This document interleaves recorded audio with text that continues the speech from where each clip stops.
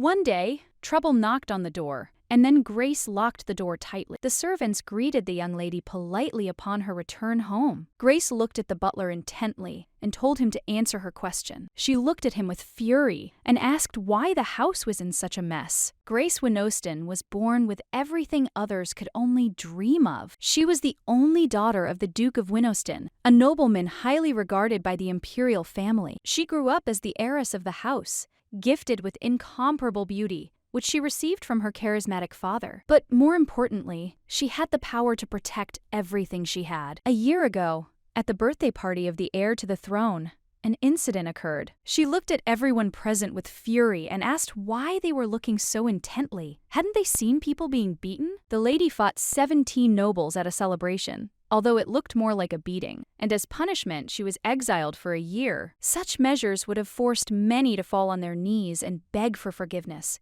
But the Duke's daughter refused to admit guilt and only hated her father. She swore she would throw every potato from her harvest in his face. She had worked hard all year on the lands. She looked at the butler and asked if her father had remarried. He looked at her puzzled and said that he had. The butler said that the Duke had fallen in love with a dancer 20 years ago, but because of the difference in social status, he had to marry the Marquise's daughter. However, at the moment when the former Duchess became pregnant, it turned out that the dancer was also carrying a child. The dancer went missing, but the Duke managed to find her while Grace was away, and it was also revealed that she was in fact the former Duchess who had been unjustly ejected. The butler told Grace that her mother had been branded a villain in high society, and Grace had not been told because they were worried it would hurt her. She knew he didn't care about her feelings and was worried she would make a fuss. Grace asked where her father was. The young lady headed to her father's office, but as she passed by, she saw a new interior in the house. She looked at the curtains in surprise and asked how long ago they had started decorating the estate with the symbol of their enemy. The maid looked at her and said that it was his lordship's order.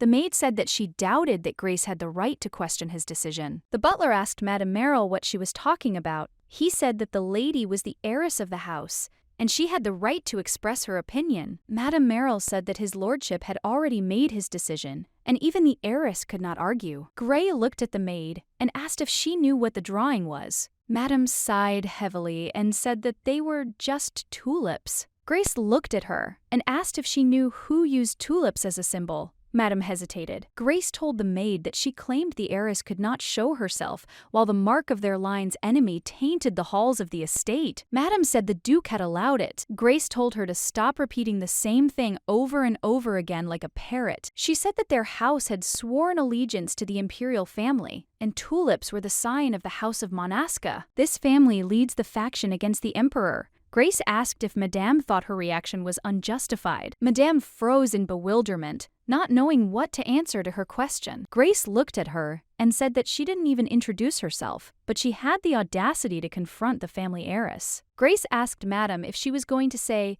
now that she was wrong. Madame was furious, as she knew that the lady should apologize for her mother's sins. The young lady realized that it seemed like she only had her father to deal with. The lady said she would close her eyes this time, since she had not hung those curtains, and she said, Madame, to choose her expression. Grace told Madame to show that her mind had some value. Madame looked at Grace with fury. Madame Merrill was very angry, but could not object. Grace asked where Elena was. She was the new head maid. Grace said they couldn't just send away her personal maid. Madame said she worked in the stables. The young lady came closer to her and told her to bring her immediately and return her previous job, and she would punish them. Madame and all the servants looked after the young lady in amazement. Without taking his eyes off the documents, the Duke asked his daughter if she had already returned. The young lady looked closely at her father's office and saw new portraits, but she did not see her own. She looked at her father and told him to explain to her what was going on. The Duke looked at his daughter and asked if Butler hadn't told her anything. She looked at him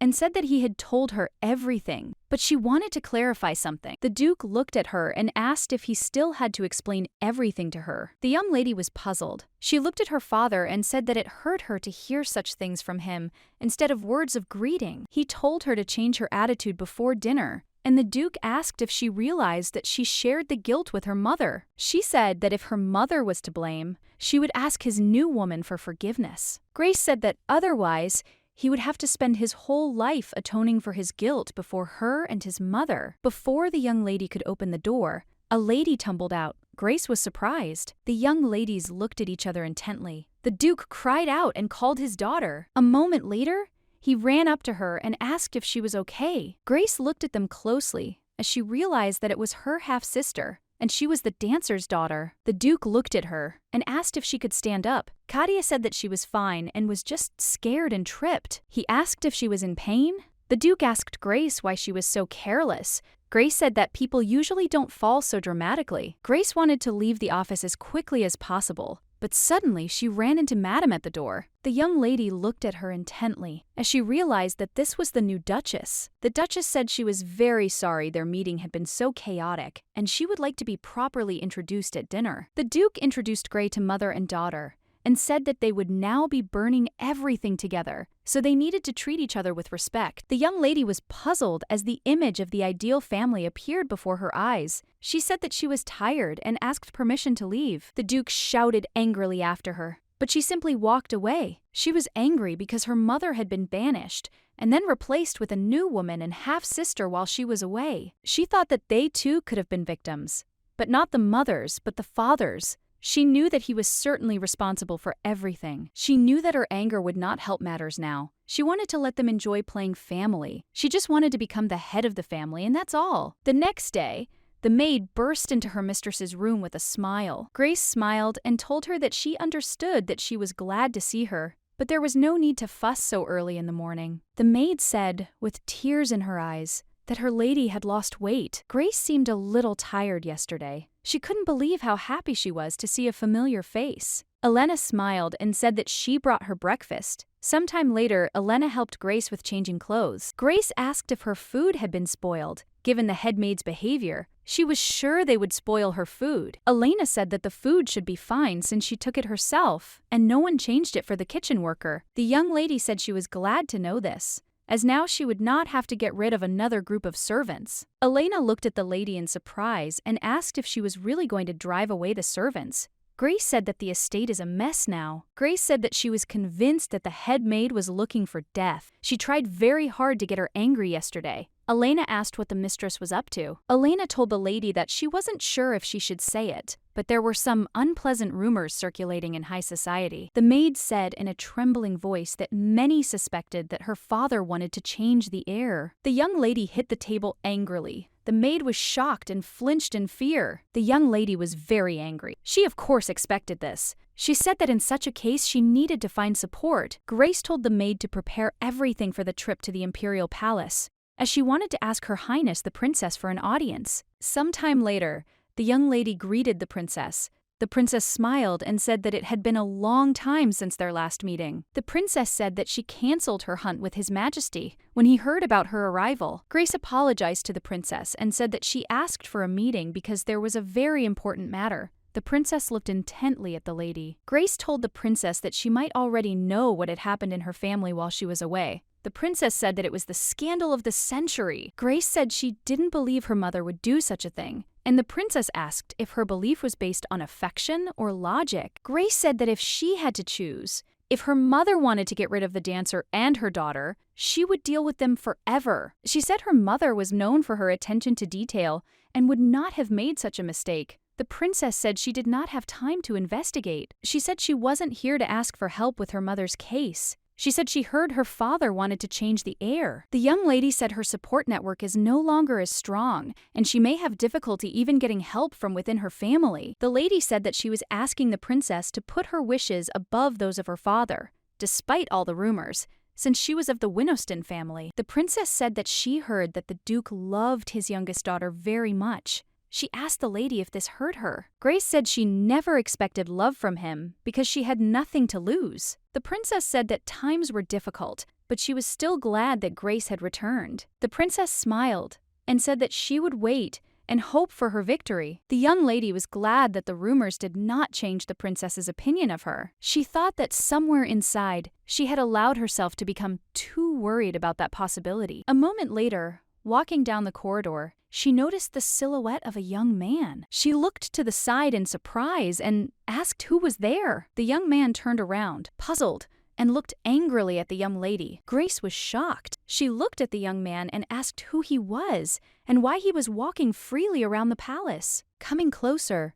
she did not notice anyone and became wary. Looking out the window, she wondered if the young man was a magician. The young man sighed heavily and said that it all irritated him, but he still understood that the young lady could not do anything to him. Grace was confused. She did not understand where he had gone. She was a little wary as their eyes met, and then he disappeared. She remembered his intense gaze and wondered if he had really run away. Grace realized that he looked too calm. She thought it would be better to ask the knights to keep an eye on suspicious individuals. The young lady returned to the estate and was greeted politely, but she noticed that the servants were in complete disarray. Grace looked at the butler and asked where Elena was, but the servant intervened. The maid looked at her with a grin and said that Madame was now receiving Elena. The young lady was furious at what she heard. She didn't expect such a thing. A moment later, she asked the maid if this meant that Madame was beating Elena in the garden. The maid was taken aback. Grace looked at the maid and angrily told her to bring Madame to her immediately. The maid said with a puzzled expression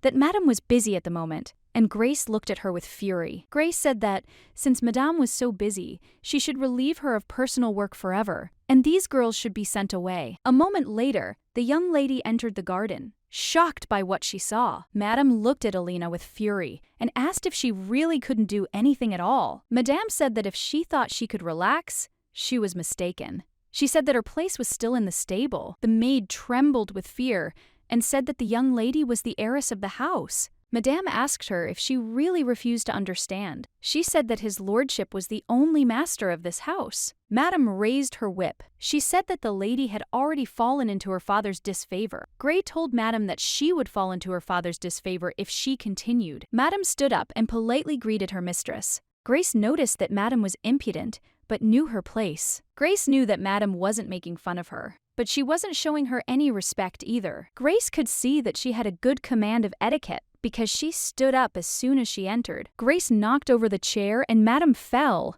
The young lady asked for forgiveness with a smirk. A moment later, the young lady looked at the maid and told her to bring her a chair. The madam looked at the lady and said that she should not behave like that, as only criminals from the street did that. Grace said that she too could be considered a criminal, and Madame asked in surprise how one could be proud of that. Grace asked her what she would do. Madame looked at her mistress in surprise and asked what she was talking about. Grace asked her if she said she was proud of her behavior. Would she throw her out or beat her up too? Madame screamed that she would tell the Duke everything. Grace said that she only stopped her from punishing the maid without reason. Madame shouted that Elena had broken the rules, and she was the head maid, so she had permission to punish the servants. Grace said that the raiding maid must obey the heiress's orders. Grace said that she should give her the whip. Grace looked at Madame with fury and told her to know that she would not be whipped next time, as it would take her head. Grace told Elena that she was her personal maid and should learn something from her, because servants often adopt the habits of their masters. Elena said that she was very glad that the lady came, and also asked how she knew that she was being beaten. Grace said that she just guessed. Grace said that she really irritates Madame. Elena said that it's all because of the rumors about her mother. Elena asked if everything would be okay, as his lordship might raise the issue. Grace said that nothing would be okay. Elena asked what they would do. She said that the young lady needed to apologize to the Duke. Elena, she understood that the lady would not apologize to her father. Grace said that she couldn't do it alone and needed to find information. She told the maid to send a letter to Lady Valeria. The young lady said it was a huge scandal and she probably knew all the details. Doctors know about medicines. Knights know about swords. And rumors are best known to the diamond of high society. Grace knew her old friend would want to make a dramatic entrance. A moment later, the young lady rushed into Grace's arms, asking Grace how she could do this to her. She said she had not heard a word from her. The young lady asked if Grace knew how worried she was. Grace, in turn, sighed heavily, but did not answer. Grace quietly whispered that the young lady could ruin her makeup. The lady smiled and said that the makeup was waterproof. She asked if Grace had been living under a rock all this time. The young lady sat down on the sofa and sighed heavily, saying that this image was tiring her. Grace smiled and asked if she was still playing her games. She said that they were starting to think she had 2 personalities. Grace said she didn't expect her to show up so quickly. Valeria said she didn't really want to come, but rumors would have started if she hadn't shown up. Grace said that they were friends after all. The young lady looked at her intently and said that everyone thought so. Everyone called them the white and red roses of Adelita. People were convinced that they were the perfect example of friendship. Grace could boast of unforgettable beauty, like a scarlet rose. Valeria had the grace of a white rose and exquisite features. She is also always polite and kind, which is greatly appreciated by those around her. But this is just an image. Since childhood, she had to pretend so as not to become a threat to the heir. Therefore, she pretended not to be interested in family matters. She concentrated on her relations with the nobility, portraying a naive girl. Gray looked at her and said that you want her to tell you everything about the new Duchess and Cadia. Valeria said that she heard that her father wanted to choose another heir. Grace said that this information interests her because the rumors could be confirmed. She said that perhaps high society was mistaken, but the problem was that the father seemed too interested in the new daughter. Valeria said that she doesn't know much about the Duchess. She rarely attends parties, except for evenings and tea parties. Some religions spoke harshly about the Duchess, but the imperial family dealt with them. Cadia is very active in high society, but spends time only with little-known nobles or people without titles. Some knights who did not inherit the title and had lands tried to propose to her, but she rejected them all. Grace was surprised. Grace realized she would need to talk to her sister in person. Grace said that was all she wanted to hear, and now she would like to ask her for a favor. Grace said she wanted her to look into her family's case from 20 years ago. Valerie asked if she was talking about the charges against her mother. Grace said the rumors were sure to get out and people were bound to talk about it. Grace said she was right, but such a request would be difficult to fulfill, and she would have to risk her reputation. Grace looked at her and smiled and said that she didn't have much to do right now. The young lady looked at her in surprise. Grace said that she would give her a good money-making plan, and it would bring her a lot of profit. Grace said that she could tell her if she accidentally heard something interesting. Valeria said that she agreed. Grace said she would only create it. Valeria asked if she was trying to negotiate when she had nothing to offer. Grace said that she had only returned a couple of days ago and was still sorting out the situation in society. Grace said that she had better fulfill her part of the deal when the plan came out, and if she brought good news, Grace would help with the money. Valeria smiled and said that she already liked it. After her friend left, she was invited to an unwanted dinner. The Duke looked at his daughter and said that it was difficult to see her. Grace told her father that a friend had come to visit her. Grace said her friend cared about her, unlike her father. Madame was furious. Grace realized that Madame had told everything after all. The Duke asked her who allowed her to see her friend after the abuse of the servants. Grace looked at her father in surprise and asked what kind of bullying he was talking about. She looked at them and asked with a grin why she didn't remember anything like that. The Duke angrily hit the table and shouted at his daughter, but his wife calmed him down and said that there was no need to shout. The Duchess said that Madame had told them everything and that Grace had been very angry yesterday. Dirt sighed heavily and said that everything was correct and there was a reason for it, since Madame was just beating her personal maid. Grace said it would be strange of her if she did nothing. Everyone was shocked by this statement, as they did not expect to hear something like this.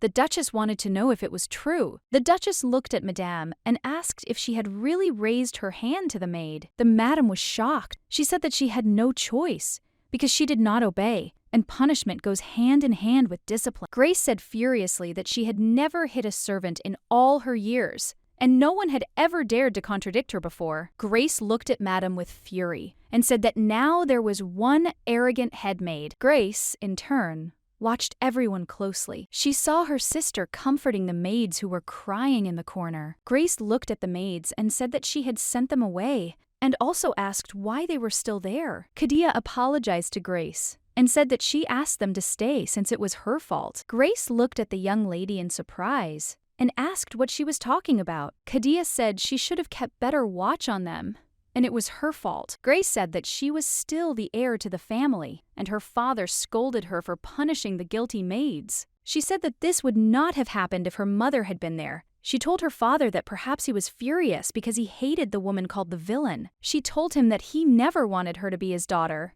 The Duke shouted that her head was filled with some crazy speculations. She said that her patience had its limits, and there was no need to push her to the edge, because he knew that no one would be a worthy replacement for her. She said that his brothers and their children had been waiting a long time for the chance to take his place, and no one was capable of standing up to his enemies like she was. The Duke had to admit that no one could save the family. He knew that no one was capable of fighting back against any enemy, except his Grace. The Duchess looked at Madame and told her to apologize to Grace. Madame and the Duke were shocked by this statement. A moment later, Madame approached the young lady and asked her forgiveness. Grace looked at her and said that she did not accept her apology. Grace said with a smirk that the beta had come up and begged Alain for forgiveness. She knew that the head maid would soon cause her a lot of trouble. Grace glanced sideways at the maids. Grace said they could stay at the estate, but if it happened again, she would kick them out that very minute. The maids thanked the young lady with a smile, as they were very grateful to her. The Duchess looked at the young lady and called her. With a smile on her face, she asked if she would like to have dinner with them that evening. The young lady was confused. She knew she should accept the offer, because she wanted to get to know her half-sister better. Sometime later, they sat and ate. The atmosphere was a little tense. The young lady pushed one dish away, because she and her father couldn't stand it. The Duchess said she was very sorry that Madame had treated her badly. She said she would certainly talk to her. Kadia said that her mother did not want things to turn out this way at all, since her father always agrees with her mother's words. She was not aware of the problem. Grace saw that her sister was pretending to apologize for her mother, but she was almost directly declaring her father's great love for her mother. Kadia said that in the future, they will make fewer bruises because they are trying to master etiquette as quickly as possible. Grace didn't answer. She didn't care whether they mastered etiquette or not. Kadia said that she studies hard to become a noble lady like Grace. Grace said that she should not follow her example. The young lady hesitated, and after a moment she said that she never seemed to be able to get her thoughts across properly. Looking at Grace, she said she wasn't trying to say she wanted to outdo her. Kadia said she just wanted you not to see a noble ladylike in Grace. The young lady looked at her sister intently, and a gloomy atmosphere filled the room. Grace looked at her sister and said that she had misunderstood her. Kadia asked what she was talking about. Grace said with a grin that nobility was determined by ignorance or etiquette. Grace looked at her father and asked if she was speaking correctly. The Duke hesitated and did not answer. Grace looked closely at her sister, as she realized that she was more interesting than she had imagined. Some time later,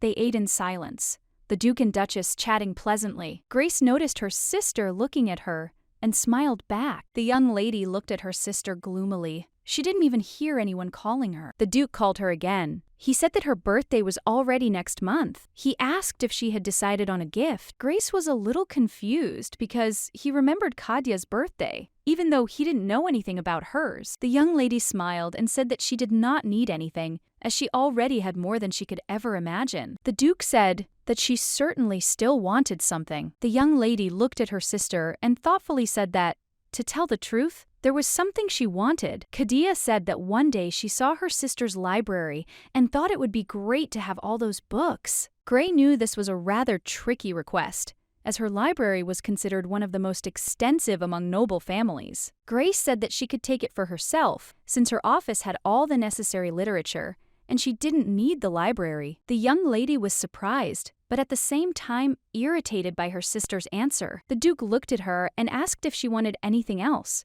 She said that she got more than she expected. Grace said they could have a celebration. The Duke asked her what kind of intrigue she was weaving this time. Grace said she was merely suggesting that they throw a celebration in her honor that would resemble a debut. Grace looked at her sister and said with a smirk that it was her first birthday as a member of their family. Kadia looked at her sister intently. She was very angry with her. Grace said it was her first birthday, and there was no way they could ignore it. For a moment, there was dead silence in the room. No one said anything. A moment later, the Duchess said with a smile that she thought it was a wonderful idea. The Duke asked his daughter if she agreed with this. Kadia said that she certainly agreed, although she was not sure that she deserved it. Grace, leaving with a smile, said that everything was decided and they would have a celebration. The maid looked at her mistress and asked why she continued to disturb his lordship. She told the lady that she could pretend to be nice to please him. The Duke treated Kadia very well. Grace said that she did not want to participate in such a thing,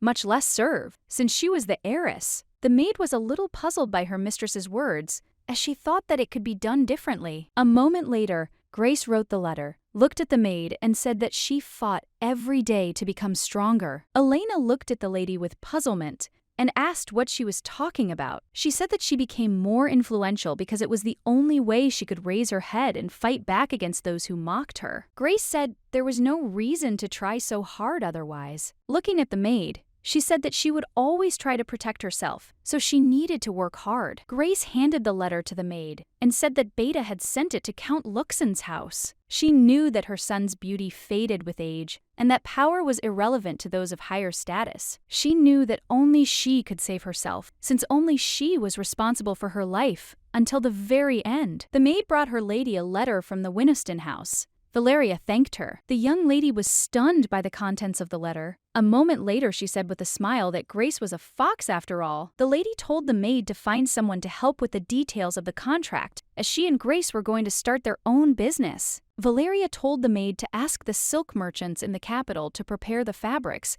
as she would soon be placing a large order. The maid said, puzzled, that she had asked a small question. Valeria told her not to worry, as he would soon become very valuable. She knew it was unpleasant to admit, but her friend's plan would work. She knew that she needed to prepare for the holiday too. Grace might not have known at all what people preferred to wear now, because she was the one setting the fashion. Valeria sighed heavily, as everything irritated her. But still, she sincerely wished her friend luck. She hoped that Grace would not suffer a crushing defeat. At the Winston estate, preparations were in full swing. Everyone worked hard for the celebration in honor of Kadia's birthday, so Madame stopped quarreling with Lady Grace. But contempt and resentment were still visible in her eyes. Kadia and Grace hardly saw each other, and the heiress no longer came to family dinners. A few days later, the princess again officially summoned Grace, her imperial guards. The princess looked at the young lady and said with a smile that she was very glad to see her. Grace bowed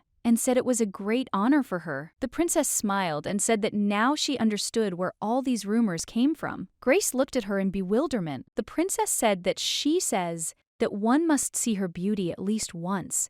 Otherwise, one cannot say that life is full. The princess said that she was indeed glad that the lady had become an imperial guard and that she had a task for her. The princess said that recently people with red hair living in the capital have started to disappear. The young lady was puzzled by what she heard and asked if it was only people with scarlet hair that disappeared. About 200 years ago, a terrible belief spread throughout the empire that people with scarlet hair would bring death to the imperial family. The princess said that His Majesty assumed that the disappearance was connected with a superstition. Grace said that it was just a rumor. The princess said that it was so, but all rumors become reality in the minds of those who believe in them. She said that if anyone thought the imperial family was behind the disappearances, Grace said people would stop trusting the ruler. If this happens, the opponents of the imperial family will take advantage of the situation.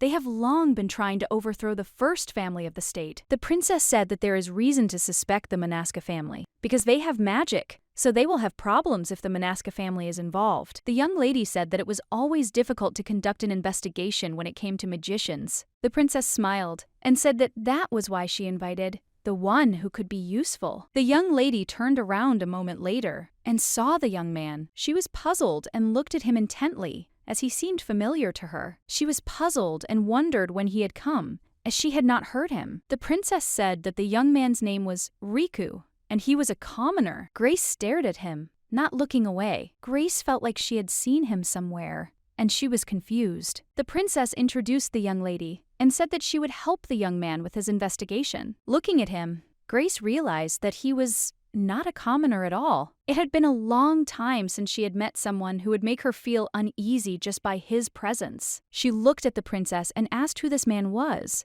She also asked if he was connected with Manasca. The princess hesitated. The young man looked at her and asked if there were any magicians who were not connected with Manasca. Grace looked at him in surprise. The young man said that all wizards belonged to the Liberton bloodline. Magic originally flowed in the veins of the Liberton family, but the blood of this family mixed with foreign blood and lost its characteristics. She looked warily at the young man. Grace glared at him, wondering if he was making fun of her. The princess told the young lady not to draw the sword, as it did not belong to the house of Manasca, and was weaker than it appeared. The young lady looked intently at the young man. A moment later, she said that he was a real weakling. The princess laughed. The princess said that he had a lot to learn since he was a commoner, and asked the young lady to help him with it. The princess looked at them with a smile and said that she hoped they would get along. A moment later, the young people found themselves alone, and the atmosphere between them was oppressive. Grace looked at him and asked if they had met before. He said that they had not. Grace looked at him sideways and told him to follow her as Her Majesty had told her to train him. She said that he probably didn't know the palace well, and he still needed to learn the rules so that the nobles wouldn't judge him. The young man ran forward,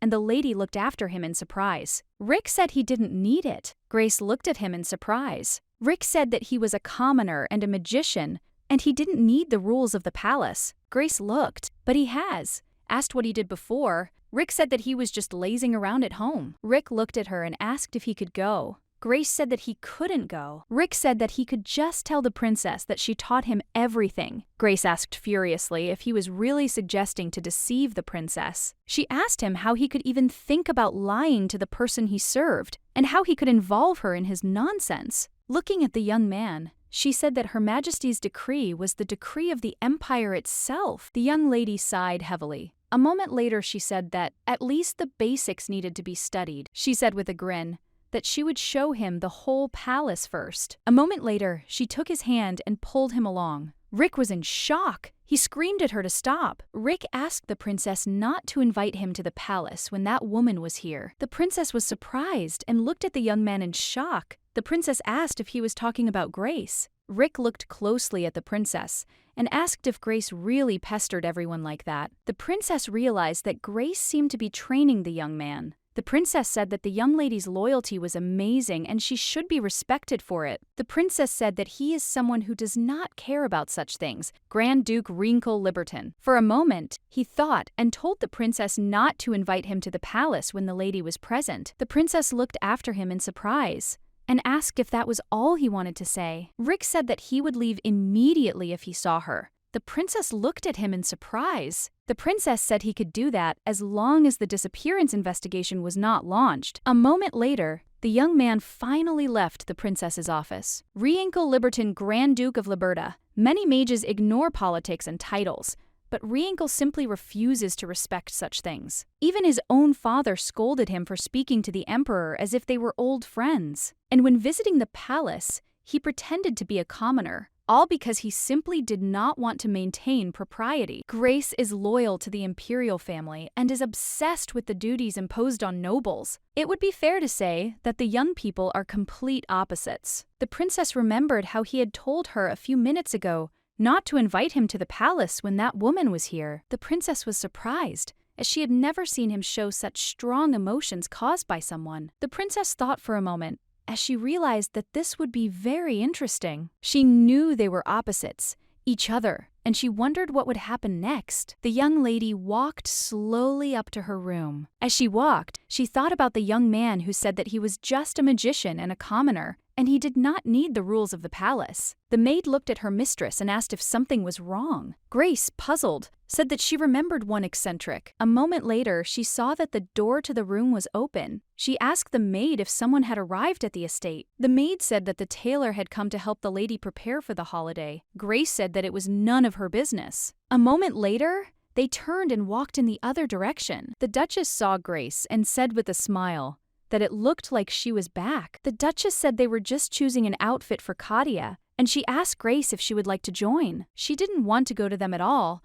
but she needed to know what clothes they would be wearing since they were having a celebration. A moment later, she looked at the young lady in shock. She was confused and did not understand what they had dressed her in. Katia asked Grace with a smile what she thought of the outfit. Grace was shocked by the outfit. The tailor asked with a smile if the outfit was not perfect for the lady. Grace angrily asked if the Manaska family had paid him, and asked why he had dressed her in strange clothes. The tailor said that her ladyship approved of the outfit, and Grace sighed in puzzlement. The Duchess asked Grace if she didn't like it. Grace said that the row was too flashy. After they had been sitting and talking for some time, the Duchess told Grace that she would like to introduce her to the new servants. She said that Grace only had one maid. She apologized and said that she should have taken care of it earlier. Katia introduced the new maids, alien Barin, with a smile on her face. Katia smiled and said that she had recommended them herself. Grace was wary, but she looked at her sister because she had a bad feeling. She knew that her sister just wanted to keep an eye on her and not do any mischief, but Grace already knew that she didn't have time for such proceedings. She wanted to keep an eye on her sister for now. Grace told the maid that she should start preparing for the holiday. She said that on her sister's birthday, her outfit should be bright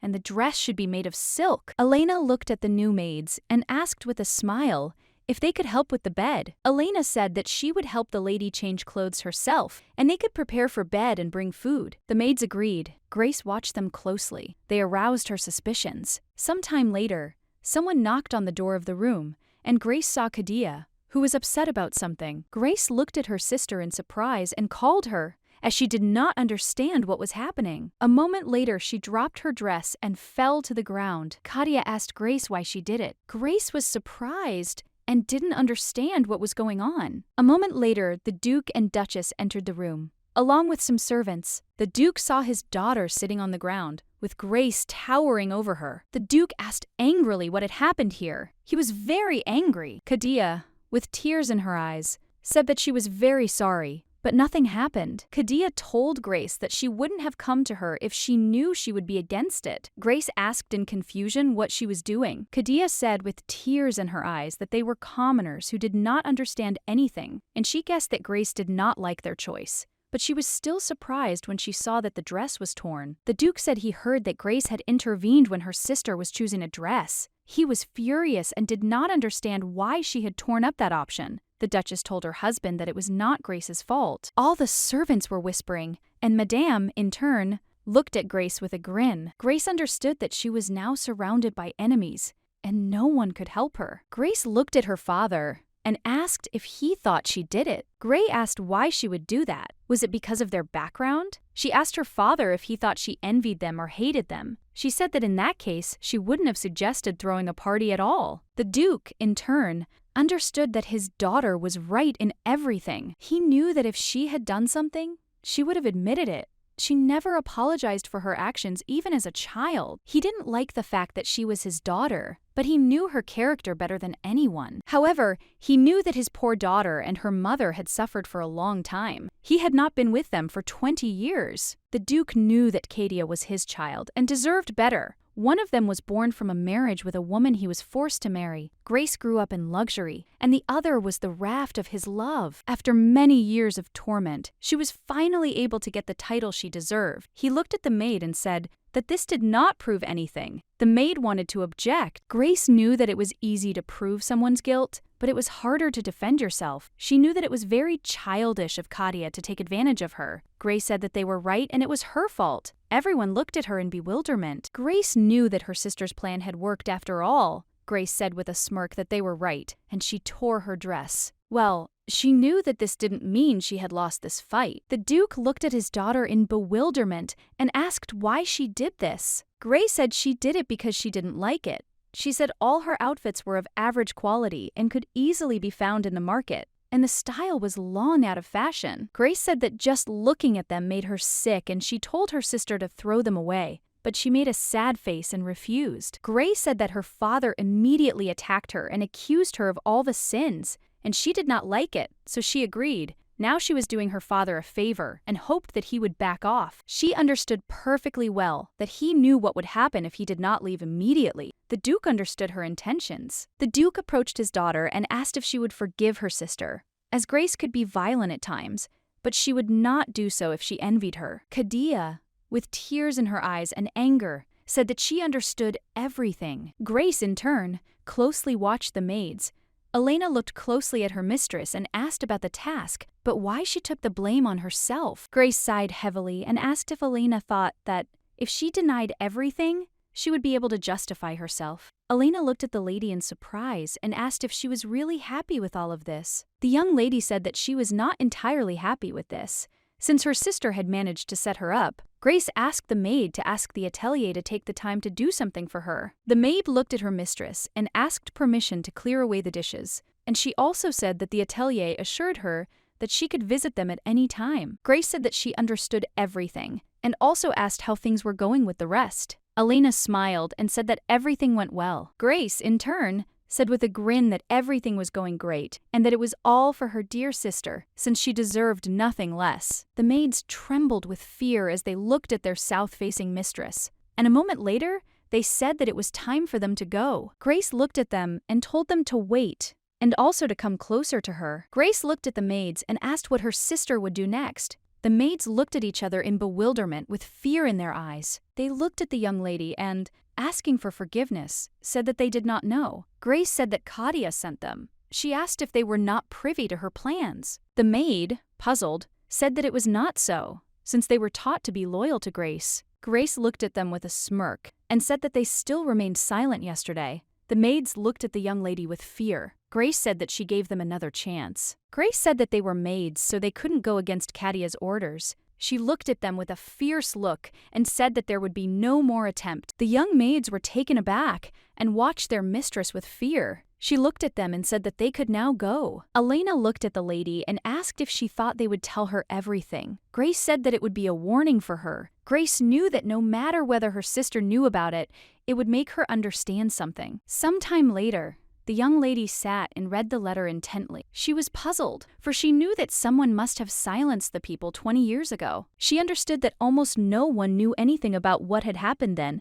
She realized that it looked like everything would be more complicated than she expected. She understood that, of course, no one would allow society to gossip about it. Since the scandal had affected the Duke's family, she still wondered if it was being hidden too carefully, since it was beyond what her father would do. The young lady wondered if there was anyone else involved in the game, but she still didn't understand why this was happening. Sometime later, while going about her business, she bumped into her sister. The madam greeted the young lady with a smile. Grace asked the governess if she had finished her lesson with her sister. The governess smiled and said that she had just finished. Kadia looked at her sister in surprise. Grace looked at Kadia and asked how everything went. Kadia said with a grin that she was still learning but was trying very hard. The governess smiled and told Grace that she cared very much about her sister. Grace looked at the portraits, smiled and said that she was her sister, and they would have to manage the family. The governess smiled and said that she understood everything, and also said that it was time for her to go. A moment later, the sisters were alone, Kadia watching her sister intently. Grace told her sister that she was very diligent. Kadia said that she was, and she hoped that she would not harm the family. Grace looked at her sister with a smirk and said, "That means she won't harm her family," which was good because she obviously didn't care about such things. Grace looked at her sister and said that she was an heiress who had harmed her sister out of envy. She asked her sister if this was really the stigma she was seeking. Grace looked closely at her sister and called out to her. Grace told her sister angrily that she had gone against her, but she still understood it. Grace looked at her and said that she could try to win her father's affection at any cost, but she didn't need to get under her feet. Kadia's face sank. She didn't know what to answer. Kadia really wanted her father's love, but that's not all. She needed the attention of others. So she tries to get rid of anyone who will interfere, so people will turn their attention to her. Grace realized this yesterday, and for this reason, she came up with an idea of what to do with her rude sister. Kadia walked up to the large portrait and looked intently at her sister. She was furious because her sister was irritating her a lot and she wanted to finish with her as quickly as possible. Late in the evening, Grace came into the room where the dresses were. She knew that now was the time to show why everyone called her crazy. The next morning, the maids stood there in bewilderment. They were in shock because they didn't know what had happened. The maid looked at Madame with puzzlement and asked what they should do now. Madame Merrill frowned and thoughtfully said that Lady Grace did it. Some time later, the Duke and his family entered the room and angrily asked what was going on. Kadia was shaking with anger. The Duke shouted furiously at the servants to bring Grace here immediately. Kadia fell to the ground. She was in shock from what happened. She was confused because she didn't even know Grace would do such a thing. Grace looked at her sister and asked with a smirk what happened. The Duke looked angrily at his daughter and told her to tell them immediately what had happened. Grace looked at her sister with a smirk and said that she didn't know what he was talking about. Kadia was shaking with rage and barely holding back tears. The Duke said angrily that he knew it was she who had done it. She looked at her father and asked why she needed to do this. The Duke said that she was offended by her sister. Grace smiled and asked what offense he was talking about. The Duke looked at her and said angrily that 2 years ago, Kadia, He stopped short and did not finish the sentence. The Duke turned around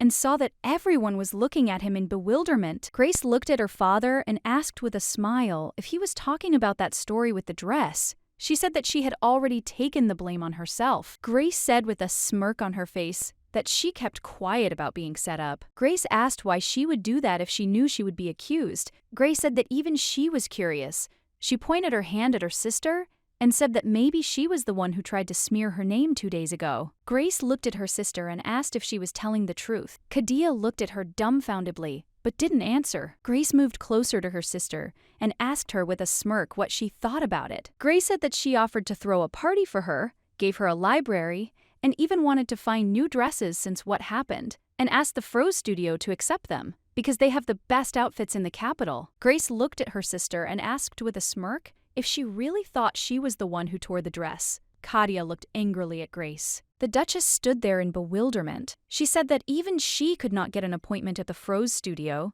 Grace calmly said that she knew the owner of the studio. Atelier Froze is very popular. Among the nobility, one can wait for years to get an appointment, but the studio makes an exception for Grace because she inspires the workers. People who don't know the truth can only believe Grace's words. Elena looked at everyone present and said with a smile that her mistress was right, since they had made an agreement with the studio yesterday morning. Grace looked at her sister and asked if she had heard everything, and also asked if she thought it was her fault. Grace stared at her sister. She was hoping that she would say exactly that. She wanted her sister to say that she didn't do it. Kadia glared at her sister. A moment later, the young lady's expression changed, and she said with a smile that her sister had done nothing, and she knew that Grace was not to blame for it. Grace looked at her father and asked her sister if it was true. Grace said that she was very glad since her sister was the only one who believed that she was innocent. The Duke looked at them angrily. Grace said that now they need to find the criminal. She looked at her father and said with a grin that this was a very serious matter.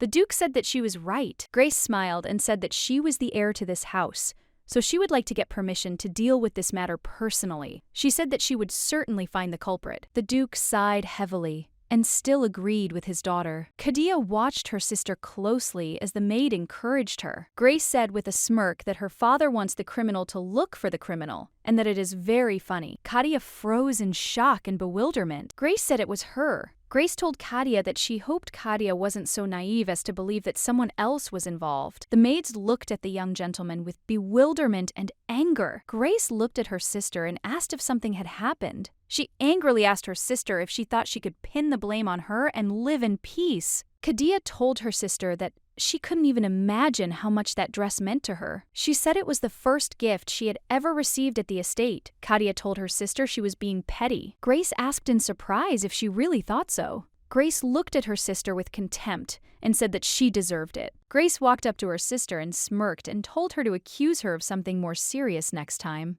Kadia looked at her sister in shock and asked what she was talking about. Grace asked with a smirk on her face, "What about trying to poison her?" Grace said then she could start spoiling her food. Grace said to have her sister make a list of what she wanted done. Grace said with a smirk and malice that she promised to fulfill all her wishes. The young lady looked at the maids and said that someone had ruined her sister's dress last night. Grace looked at the maids and said she assumed the man worked at the estate. She said the criminal was trying to make her commit the crime longer. All the maids looked at the young lady with horror. She looked at them and said that she was now looking for the culprit, but as soon as the culprit is caught, she will steam him and shame him right there in the square for everyone to see. The maid looked at the young lady and said that the dresses she had ordered a few days ago were ready for her to try on. Grace told the maid to tell her that she would come personally, and she also told the maid to move the clothes. Elena looked at her mistress and asked if she was planning to accuse the servant of a crime. Grace sighed heavily and said that of course she was not going to do that. She said that her father knew that she did it. Grace said that he didn't say anything only because of his beloved Kadia,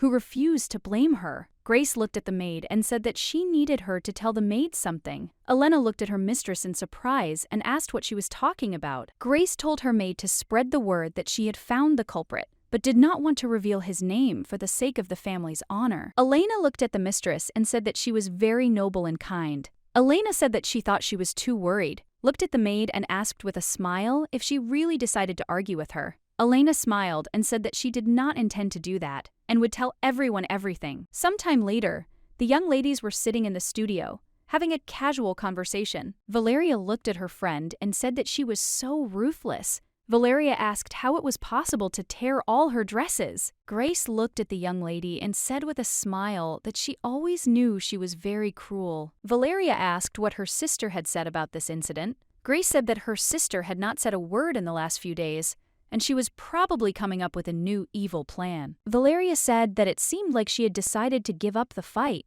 Grace asked in surprise if she had really decided to give up everything over such a trifle. Valeria told Grace that she might have destroyed the dress that was dear to her, as it was her first gift from their father. Grace said that she had known her father for 20 years and had never received a gift from him. Grace said that therefore she did not have such a stupid attachment to things. Valeria sighed heavily and said that it was very difficult. A moment later, a young lady entered and thanked them for waiting. Grace looked at her opponent and said with a smile that it was time for her to go. The young lady was very happy that he would finally see the best silk dress that would soon come into fashion. Grace looked at her friend and thanked her for waiting for her. Valeria was stunned. She did not expect the payment to be so wonderful. She looked at the young lady with a smile and said that she couldn't believe that they had created such an adorable dress, as it was simply amazing. The young lady smiled and said that the dress was a little bolder than she had intended it to be. Grace smiled and said that she really liked the dress.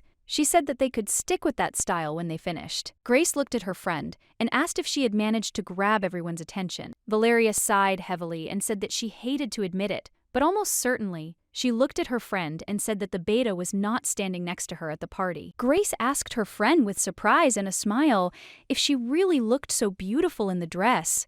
But that wasn't the point. Valeria looked at her friend and asked if she would really buy her a dress. Grace said that she had to do it, since she couldn't be allowed to go out naked to the party. Valeria frowned for a moment and thought, she said that she understood everything, and now she needed to go home. Grace looked at her friend in surprise and asked if they weren't going to eat together. Valeria smiled and said that they were not close enough to have lunch together. Grace looked after the young lady with surprise and intently. A moment later, she said with a smile that Valeria was a naughty girl. A young lady was walking slowly through the city and saw something suspicious. Looking closer, she saw Rick. Looking at him, she wondered if he was heading into the alley. The young lady nevertheless decided to follow him a little in order to keep an eye on him. She knew what was lurking in the alley, but she still decided that she shouldn't poke her nose into other people's business. She knew she better leave and ask him about everything the next time she saw him. But a moment later, unexpectedly for her, someone grabbed her and dragged her along. She was confused and didn't understand how he ended up behind her. A moment later, the young man asked who had sent her. The young lady was very angry and confused as she knew that voice. She realized it was none other than Rick. The young lady was confused. Grace grabbed the boy's hand angrily and told him to let her go. Rick was shocked because he didn't expect it to be her. Rick froze in bewilderment as he saw Lady Grace Winoston standing in front of him. The young lady looked at the young man and asked him angrily what he was doing. He looked at her in bewilderment and asked why she was there. The young lady looked at him intently and wondered if he should explain to her what he was doing here, since this road led to a brothel. She looked at him with contempt and asked if he was really going there. The young man looked at the young lady with bewilderment and said that she was completely thinking past it, and he was not going there. She looked at him in surprise and asked if he was sure. Rick looked at her and said that he would never go there in his life, and he could swear on his life, and also asked her not to look at him. So, the young lady looked at him and said that she believed him. He sighed heavily and thanked her. A moment later, she finally asked why he was in such a place. The young man hesitated, as he did not know what to answer her. He needed to figure out why people with scarlet hair were being kidnapped. The young man thought that Her Highness must be in despair since she turned to him. He could not refuse her at all, since he knew that magic was probably involved in this difficult matter. He had spent days studying all the cases, but had found out nothing. Rick knew that the first victim was close to Master Zack. The young man said that it was so, but he didn't know anything special about him. He was an ordinary worker, and sometimes he visited taverns and brothels. Rick knew these were predictable answers, since there was nothing special about the man, and he knew all 4 victims. Rick said that the man seemed to be finishing his work now and he had better hurry. The young man asked Rick if he really wanted to talk to him personally. Rick said that they needed to check if there were any other leads, since he was the only one connected to all the missing people. The young man looked at the gentleman and asked if he would really go alone. Rick looked at the young man and asked what he was talking about. The young man said that Her Highness had asked him to take up this matter together with Lady Grace. Rick told him to forget about it, since that woman was nothing but trouble. Grace looked intently at her friend, as she expected to receive an answer from him. Rick looked away from the lady and sighed heavily. He said that he was in this place now because he had business. The young lady realized that he was now investigating a missing persons case. She looked at him and said that she would help him immediately. The young man looked at her and said that he didn't need her help. He asked her why she was following him. She looked at him and said that she wasn't following him at all, and also asked if he really thought that she had nothing better to do. The young man looked at her in surprise and asked why she was here. The young lady said that this was the central area, in case he had forgotten about it, and she was just walking, and then she noticed him. He was looking around suspiciously, so she decided to check. Grace, looking at the young man, said that someone who serves Her Highness should not visit such disgusting places. The young man was surprised, and he, in turn, asked if she was really in love with the princess, since she was always talking about her. He said that they were not interested in such things, and she could leave peacefully. He said that she was only bothering him, and if she wanted to do the investigation, she could do it herself. The young lady thought for a moment, because perhaps he was right, since she could become a hindrance to him. But after all, she saw that he was very weak. The young lady looked at him and called out. He looked at him angrily and asked what she wanted. Grace looked at the young man and said that the world was quite harsh, so he needed to be careful. The young man looked at the young lady in surprise. Grace looked at him and told him to let her know if he needed her help. Rick sighed heavily and said that he wouldn't need her help at all. Rick looked at the young lady in surprise. He understood that he would never be able to understand her, but he also understood that he would not have to do so. Sometime later, the Duke was shouting at all the servants and saying that everything had to be perfect, since Her Highness would be at the celebration. Grace, in turn, looked intently at her father. She said that even such a sight was funny to look at. A moment later, the maid called her mistress. The maid told the mistress that a guest from the Froze studio had arrived. Grace said that she understood and would come now, and also asked the maid to bring her sister. Grace smiled and told her sister that it was all for her. Grace pointed to all the dresses and told her sister to choose the one she liked. Kadia looked at her sister in surprise and asked with a smile what it was. Grace smiled and said that she thought she should pay for her mistake, and so she had prepared a small compensation for her. Kadia knew that this was not an easy compensation, and it was clear at first glance how difficult it would be to arrange something like this. Grace said that Kadia could buy everything if she wanted, or she would put them in storage if she didn't like anything. Kadia looked at her sister in surprise and asked if she really wanted to put everything away in storage. Grace smiled and said that was exactly it, and she would clean it up immediately. Grace smiled and told her sister that she could keep them and pick them up later when she got bored, as that was what she liked. Kadia looked at her sister and started to speak, but Grace interrupted her and said that she could try on one dress. Grace went to the outfits and picked out one dress. Grace looked at her sister with a smile and asked if she liked the dress she was offered. Grace told Kadia to try on the outfit. Kadia in turn was puzzled and did not know what to do. Kadia knew she shouldn't give in to her sister's provocations. Grace could guess what her sister was thinking. Kadia was thinking that if she accepted the gift, her father would think that she only cared about wealth and that she was only pretending to be upset that day. Grace knew that her sister wanted to pretend to be a sweet daughter who lacked her father's love. She always portrayed herself as a modest, young, cheerful lady who expects nothing from her parents. Grace knew that her sister didn't want her to ruin her image, but Grace knew it didn't matter. She wanted to show the young lady that it was more beneficial to be a good sister than a dutiful daughter. The young lady smiled and told her sister that everything was fine. Grace thought for a moment and said that she thought they had a problem. Grace asked her sister if she didn't like the dress. She asked if they should invite people from another studio. The young lady said that it was not that simple. She could not accept such an expensive gift. All the maids watched their mistress closely. They were amazed by her, as she was very modest. Madame Merrill, in turn, looked at the young lady with a smile, as she was proud of her. Madame looked at Grace with contempt and malice, since she, in turn, was very vain. Madame Merrill knew that soon the days of her arrogance would come to an end. Grace looked at her sister and said that she was not asking her to pay for all this, and she would buy everything herself. The young lady's face brightened, and she was happy, but she still objected a little about it. Grace looked at her sister and said that she was not spending money from the family budget at all. She said that everything would be paid for out of her pocket. Grace said that she runs various businesses, so she has a lot of income, but perhaps she does not have as much money as her family, but there is enough money for a dress. Grace smiled and said that she finally had an adorable little sister, and the least she could do was give her an outfit. Kadia's face changed in the blink of an eye, and she said that she shouldn't do this. Grace looked at her sister with a soft smile and said that she wanted to do it. Grace said that she always pays her bills. Looking at her dear sister, she asked her to accept her. Grace asked her again. Grace asked with a smile if she would refuse her sister. The young lady froze in place.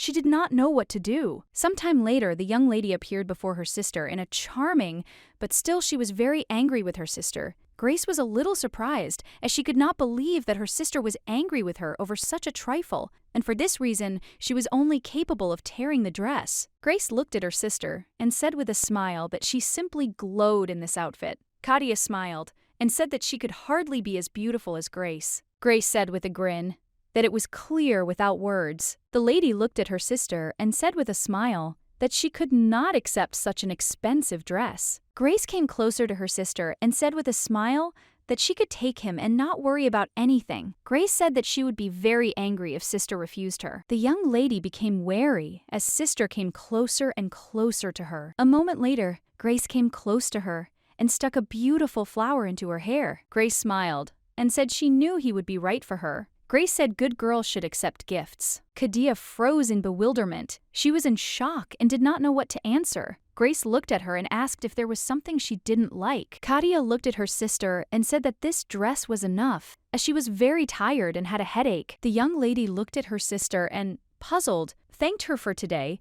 and asked if she could go back to her room and rest for a while. Grace smiled and said that of course she could do that. Grace looked at Frome and said that her sister said that she was very tired. Frome was a little surprised and said that it seemed that the young lady was in poor health. Grace looked at Frome and said that it looked like she would have to try on the rest later, so she would buy everything they brought today. Kadia was shocked because she did not expect this. The maids whispered to each other as they were in shock, and Madame looked at the young lady with fury and anger. Grace looked at her sister and told her to go to her room and rest, and later she could try on all the dresses since they were all hers. Kadia hurried to her room. She was very angry and did not know what her sister was trying to achieve. The maids looked at the young lady and asked if she would accept such a gift. The lady was taken aback and said that she could not do that and would ask her mother to return them later, since her sister had probably paid a lot for the beautiful outfits. The young lady was puzzled and could not understand why her sister was behaving like this. A moment later, someone called the young lady, and she looked down to see Lady Valeria. Valeria looked at the young lady and asked if she had time. She asked if the lady would like to join them for tea. Valeria said that usually only certain people are invited to such events, but Grace asked to save one place for her, and she simply could not refuse her friend. Kadia knew that this was a very good opportunity for her, but she also understood that the timing was not very right. The young lady was confused and could not understand what her sister had in mind. Kadia sighed heavily and, asking for forgiveness, said that she was not feeling well today. Valeria looked at the young lady and asked if it was because of her. Kadia looked at the lady in surprise. Valeria looked at the young lady with tears in her eyes and asked if she really hated her. Valeria apologized to her and said that she should not have shown up without an invitation, as it was very rude of her. The young lady was shocked, as she did not expect this. Kadia said that not at all, and she did not mean it at all. Valeria said that she heard that the young lady was interested in high society, and for this reason she wanted to help her. Valeria looked at the young lady and said that she was very sorry if she saw her in any way. Kadia looked at her and shouted that she agreed. Valeria looked at the young lady and said with a smile that she was very glad and also thanked her. Kadia was confused and wondered why she felt like she was trapped. She wondered if everything would be okay. Valeria glanced sideways at the balcony where Grace stood. Grace, in turn, was very pleased, as everything was going according to her plan. Elena looked at her mistress and asked why she was so kind to Lady Kadia. Grace looked at her maid and asked with a smirk if she knew what the most frightening feeling was. The maid asked with surprise what it was. Grace said that it appears when a person realizes that he has met an opponent who is too formidable and cannot fight him. Grace said that therefore she will show her all the beauty of the world, give her the most expensive outfits, and then she will understand that she will never compare to her. Grace said that the feeling of inferiority would consume her and she would fall into despair. Elena looked at the lady and asked her permission to share her thoughts. Elena said that at first she was very worried that Lady Cadia would harm her using their father's support. Grace looked at the maid in bewilderment. Elena smiled and said that now she understood that there was no reason to worry about her mistress. Grace walked up to her maid and, smiling, told her to repeat it again, calling her a joker. Cadia sat at the tea party, absorbed in her thoughts. She wondered what her sister had planned. Cadia was confused, as her sister unexpectedly showered her with gifts, allowed her to visit such a place, and she felt lousy at heart. The young lady looked at Cadia, asked if she liked the cookies. Cadia was confused, as she did not know the young lady who was addressing her. The young lady looked at her and said with a smile that her name was Magnet. Yairun. Magnet said that she went to the military academy with Grace, and she was one of the top groups. Cadia was a little surprised that the young lady studied with Grace. She knew that the young lady's family was one of the 7 who held the highest seats in the Imperial Council of Elders, and she also studied with her sister. Magnet smiled and said that Grace helped her a lot at the academy, so she is very close to her. Magnet said that meeting Cadia was an honor for her. Cadia was confused and didn't understand what was going on. She smiled and said that she was flattered. Magnet was supposed to greet her, but was afraid that she would disturb her. Cadia said that it was not like that at all. Magnet said that they could all just wait for an invitation, and Cadia, in turn, decided to join herself. Magnet said that, of course, Lady Grace was kind enough to choose them, and that's how they met. The young lady was a little puzzled, as she now understood what that strange sensation she had felt earlier was. Magnet said it was a very great honor, as everyone had longed for Lady Grace's attention since childhood, and they were all grateful that she had allowed them to become acquainted. The lady smiled and said that it was so. She was very excited. Cadia now realized that absolutely everyone had started drinking and belonged to Grace. She knew that this woman was simply terrible. Cadia understood that Grace never needed her father's love, and this irritated her greatly. She knew she had to work harder to tarnish her honor and ruin her reputation. Cadia understood that she still needed to consult with Madame in order to make the right decision. She knew that she had to disgrace her at her own celebration. Valeria stared intently at the young lady. Cadia looked at Valeria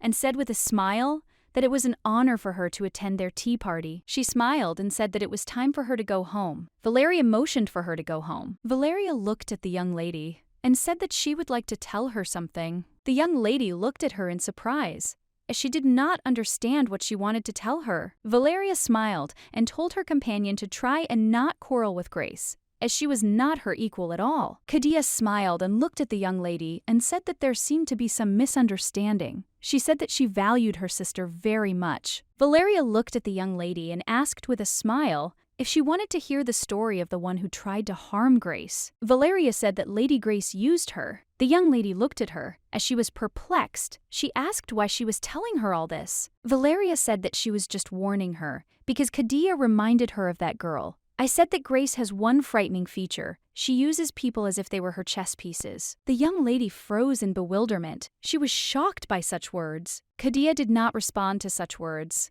and simply left silently. Valeria looked after her intently. She realized that the girl would not listen to her words, but she still knew that it did not matter. Valeria knew that the young lady would understand everything when she experienced it herself. Sometime later, the young lady arrived home. Cadia was confused and very worried. She did not know what the young lady had already meant. Grace looked at her sister and asked with a smile if she had fun. Cadia looked at her sister, not knowing what to answer, and there was an awkward atmosphere between them for a while. Cadia smiled and said that everything had been wonderful, and that thanks to her sister, she had met so many people. They had all been kind, and she had realized that she still had a lot to learn. Grace smiled and asked if this was true. The young lady smiled and said that was why she would try her best during her studies. Grace smiled and said that the Elle didn't need to learn everything. She just needed to know how to control them. Then all their knowledge would become hers. The young lady was confused and did not answer. Grace looked at her sister and said that she needed to rest in her room,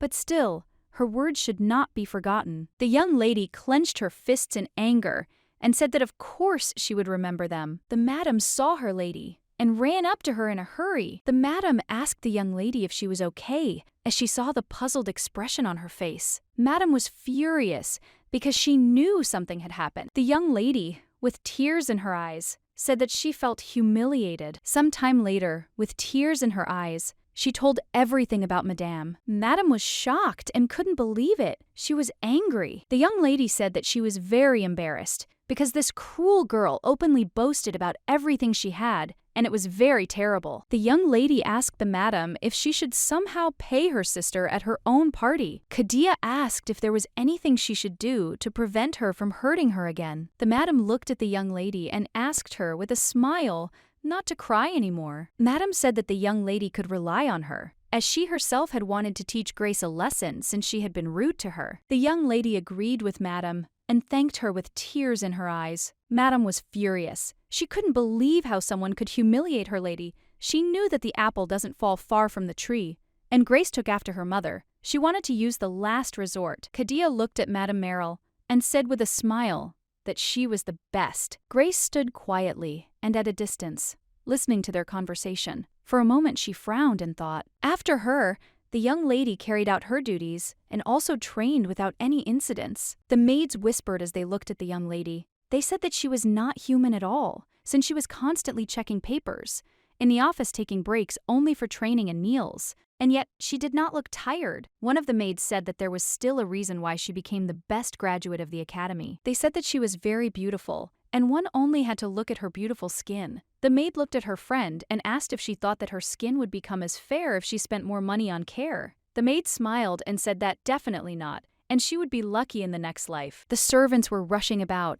as everything had to be perfect, since there were only 3 hours left until the holiday. Grace, in turn, sighed heavily, as she saw that the estate was a complete mess and looked more like a commoner's market than a duke's estate. She looked at the maids and asked who gave them permission to run like that. The young lady looked at the maid and called her. The maid smiled and said that she was listening to her. Grace told Alina that she needed to get ready for the bath and start getting ready. A moment later, she noticed that someone was watching her closely. The young lady passed by Madame and a moment later called out to her. Grace looked at Madame with disdain and said that she was reminding her that she only had 3 chances. The Madame looked at the young lady in bewilderment and asked what she was talking about. Grace looked at Madame with a sharp gaze and said that she had already made 2 mistakes. Approaching Madame Grace with a grin, she wished her luck. Rick looked at his companion in surprise and asked why he also needed to attend this celebration. The young man said that his master already knew the reason, since Viscount Dwinsor, the crown princess's fiancé, had suffered a fall from a horse. Rick said that in that case the princess should have sent knights. Rick didn't understand why he had to do all the work. The young man said that he also knew the answer to this question, since the princess wanted to send a magician to the holiday. Rick sighed heavily. He was confused, as he didn't want to attend such events. When the princess can't attend the celebration, she sends the best magician in the palace in her place to show how important the celebration is to her. Rick said that Grace doesn't care who comes, but she would still like to see the princess. He understood that it seemed his dreams of a quiet life would never come true. The young man told his lordship to behave decently when he left the carriage and pretended to be a commoner. He was a magician now, not a duke. Rick looked at his companion and said that he knew everything. The young man thought for a moment and said that it seemed the duke did not understand something. Said that everything would only become more difficult for him if he did not pretend properly. The duke, in turn, sighed heavily and said that all this irritated him greatly. The young man looked intently at the duke and said that he understood everything. The duke said that for today he would become a commoner. All the beautiful ladies were confused when they saw the young man. They did not know who he was and did not think that they had seen him somewhere in the empire before. They whispered and wondered if he was an aristocrat from another country, and they also thought that he might have recently received a title. Looking at him, they also assumed that he might be a commoner, but they were still skeptical about it, since he did not look like a commoner at all. The duke sighed heavily as for this reason he did not want to come to such events at all. The servant stopped the young man and asked if he could look at his invitation. The servant thanked the young man with a smile when he presented him with an invitation. The servant looked at the invitation in surprise and bewilderment, as he realized that this was now Her Majesty's guest in front of him. Rick looked at the man and said that Her Highness was unable to come for personal reasons, and for that reason she sent him in her place. The servant smiled and asked the young man to go inside. Rick was in no hurry to go inside. He looked at the man and said that he would like to see Lady Dirt first, as Her Highness had asked him to give her something personally. The servant smiled and bowed obediently. He told the young man that he would immediately take him upstairs. The young man was shocked, as his master did not even remotely resemble a commoner. Rick noticed that inside the estate, everything was the same as outside. Everyone was chatting about him non-stop. The butler knocked on the door and said, "Lady, that Her Highness asked me to give her something." Grace said that they could come in. The butler looked at the guest and opened the door and led him into the room. When the Duke entered the room, he froze, as he was very surprised. Lady Grace looked at the young man in surprise and asked what had happened to him. The young people did not answer this question. Grace looked at them in surprise and asked why they were standing at the entrance. Rick walked closer to the young lady and said that Her Highness had sent him to the celebration. Grace was very surprised and asked her friend if Her Highness was okay. He was a little wary as the young lady's tone changed immediately. Rick said that the Viscount had fallen from his horse, so Her Majesty had him. The young lady was surprised and puzzled. She asked if Richard was hurt. Rick looked at the young lady in surprise and asked if she knew the Viscount. Grace, after a moment's thought, said that of course she knew him, since they had been in the same year at the military academy, and Richard had been the best rider. Rick thought about it, but didn't say anything, as the whole situation was a little suspicious. Looking at the young lady, he saw that she was very upset that the princess could not come to this event. A moment later, he snapped his fingers and magic sparkled in the room, causing the young lady to look at him in surprise. A moment later, the young lady had already received a beautiful necklace. Rick said that it was a gift for Lady Kadia from Her Majesty. Grace was surprised, since this necklace was worn by the former empress, and such an expensive thing can be considered the treasure of the empire. He looked at her and said that she said this quote, "This is the least she can give to the younger sister of her respected and precious knight." Rick knew it must have meant a lot to her, and the young lady was pleasantly surprised. Rick looked at her and said that he hoped that she would tell Her Highness that he had delivered the gift. He also asked if he could go. The young lady looked at him in surprise. Rick said that he had done his job and asked if he could leave now. The young lady looked at him puzzled and asked if Her Highness had not been asked to personally deliver the gift to the birthday girl. She asked angrily why the princess would send him here then. Rick was a little puzzled since she had guessed everything, and he would not be able to leave. She looked at him with fury and said that he was trying to disobey the princess's order again. Rick looked away from the young lady and said that it was his fault, and also asked for forgiveness. He said that he was very tired, so he lied to her. Grace looked at him and said that he would stay with her until the party began. The young man looked at her puzzled and asked why he should do that. She said that no one knows what troubles he will go through if he ends up in the hall. She looked at him and said that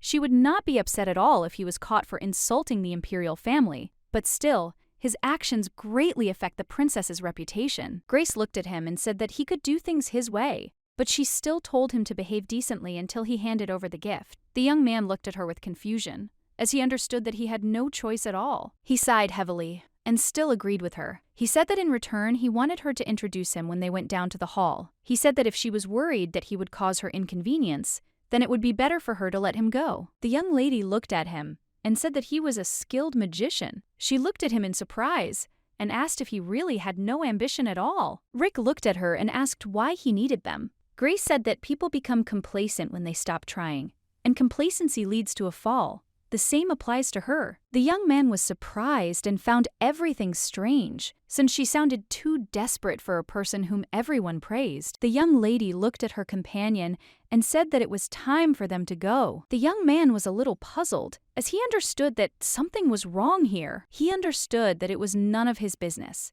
and he didn't want to get involved in something like that. Grace came out and politely greeted all the guests who arrived for the celebration. The guests looked at the young lady in surprise and also greeted her politely. She smiled and said that she was very grateful to everyone for coming. She said she was grateful that they had decided to attend her only sister's birthday party, and she hoped they would enjoy the evening. She smiled and introduced the young man next to her. Grace said that this was the magician Rick. He honored them with his presence, since he was present at the celebration today on behalf of Her Highness the Princess. Everyone was surprised that he had no last name and said that he was probably a commoner, but they were still surprised where Her Highness got a mage if she didn't get along with Duke Manaska. Grace smiled and said that she would introduce him again when the hero of the occasion arrived. Sometime later, Valeria approached Grace and called her. The young lady looked at Grace and said with a smile that she looked simply irresistible today. Valeria smiled and said that she had not at all expected the young lady to choose a silk dress. Grace looked at the young lady and asked if she didn't like her outfit. Valeria smiled and said that Grace knew that she admired every outfit she wore. Valeria said that, frankly, she was going to order silk clothes tomorrow. Grace looked at her friend and realized that their new business was going to take off. Grace smiled and told her friend that she hoped that she could do her job well. Valeria smiled and told her friend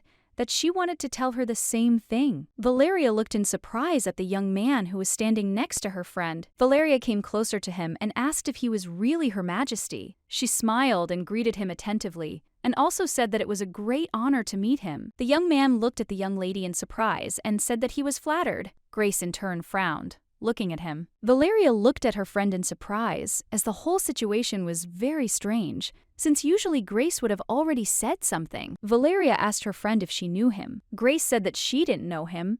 She had only seen him twice. Valeria asked if it was true. Valeria noticed that the young people had such a strange and interesting relationship that they only met a couple of times. Valeria looked at the young lady and said that she forgot to tell her that her brother was here. Grace frowned but did not answer. The young man approached them not long ago and told Grace with a smile that they hadn't seen each other for a long time. Grace looked at him puzzled and replied dryly that it was. Rick was surprised at first and wondered why she sighed so heavily when she heard that the young lady's brother was on holiday. But now the reason was clear to him. The young man looked at Grace and said with a smile that he had intended to visit her earlier, but had missed such a wonderful opportunity. He looked at her and with a beaming smile asked how she was doing. Grace looked at him sharply and told him that he shouldn't have forced himself to come. Rick looked at them in surprise, wondering if the young lady realized that the boy was interested in her. The young man looked in surprise at Rick, who was standing next to Grace. He looked at Grace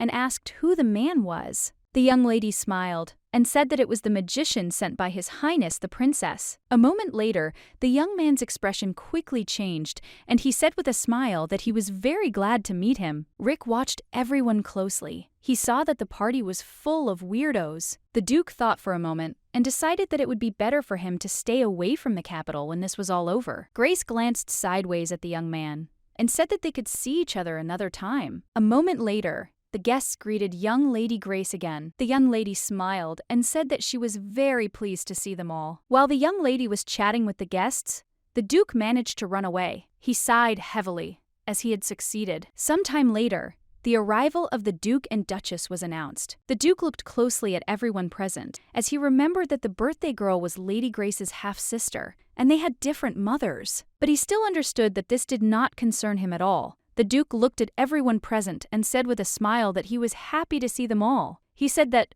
as they knew, Katia was the lost daughter, whom he managed to find after 20 years. He smiled and said that today they were celebrating her birthday, and he hoped that everyone would enjoy the banquet in her honor to the fullest. He smiled and said that now he would like to introduce the birthday girl. The young lady looked at everyone present and said with a smile that she was grateful to everyone for their presence, and that it was a great honor for her. The young lady was taken aback, looking at her sister. She was in shock. Kadia wondered if her sister had dressed up like that on purpose for her holiday. Everyone was whispering and saying that the two ladies standing and talking were much more beautiful than some. Rick heard the whispers and looked closely at the young ladies. Grace looked sternly at her friend and told him to come here. The young man sighed heavily. He understood that Grace was not giving him any rest. Kadia looked in surprise at her sister, who approached her and later turned her gaze to the young man. She was a little surprised, as he was very handsome. She was puzzled by the fact that he was standing next to her sister. Grace looked at the young man and told her sister that this was Rick, the magician sent by Her Majesty to their celebration. Grace said that Her Majesty had urgent business to attend to, but she sincerely wished to be at the celebration today. The young man snapped his fingers,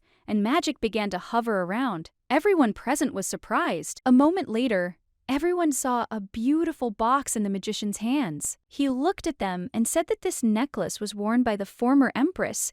Everyone present was shocked. The young lady was shocked and amazed. She wondered if this was the empress's own necklace. The young lady accepted the gift with trembling hands and said that it was a great honor for her. The Duke was surprised. He said with a smile that Her Majesty had sent them such a precious gift. The Duke smiled and said that he would later personally thank her for such a generous gift. Rick looked at the Duke and said that he didn't have to do that. The Duke looked at the young man in bewilderment and asked what he was talking about. Rick looked at the Duke and said that he would like to convey the words of the princess herself. He looked at the Duke and said that the princess had said that the necklace was nothing compared to the devotion of Lady Grace Winoston. Rick looked at the Duke and said that the princess asked him to convey this message to them. The Duke was a little angry, as he did not expect to hear such a thing. Everyone present whispered among themselves, as they knew that the princess held young Lady Grace in high esteem, as she had served the princess faithfully for many years.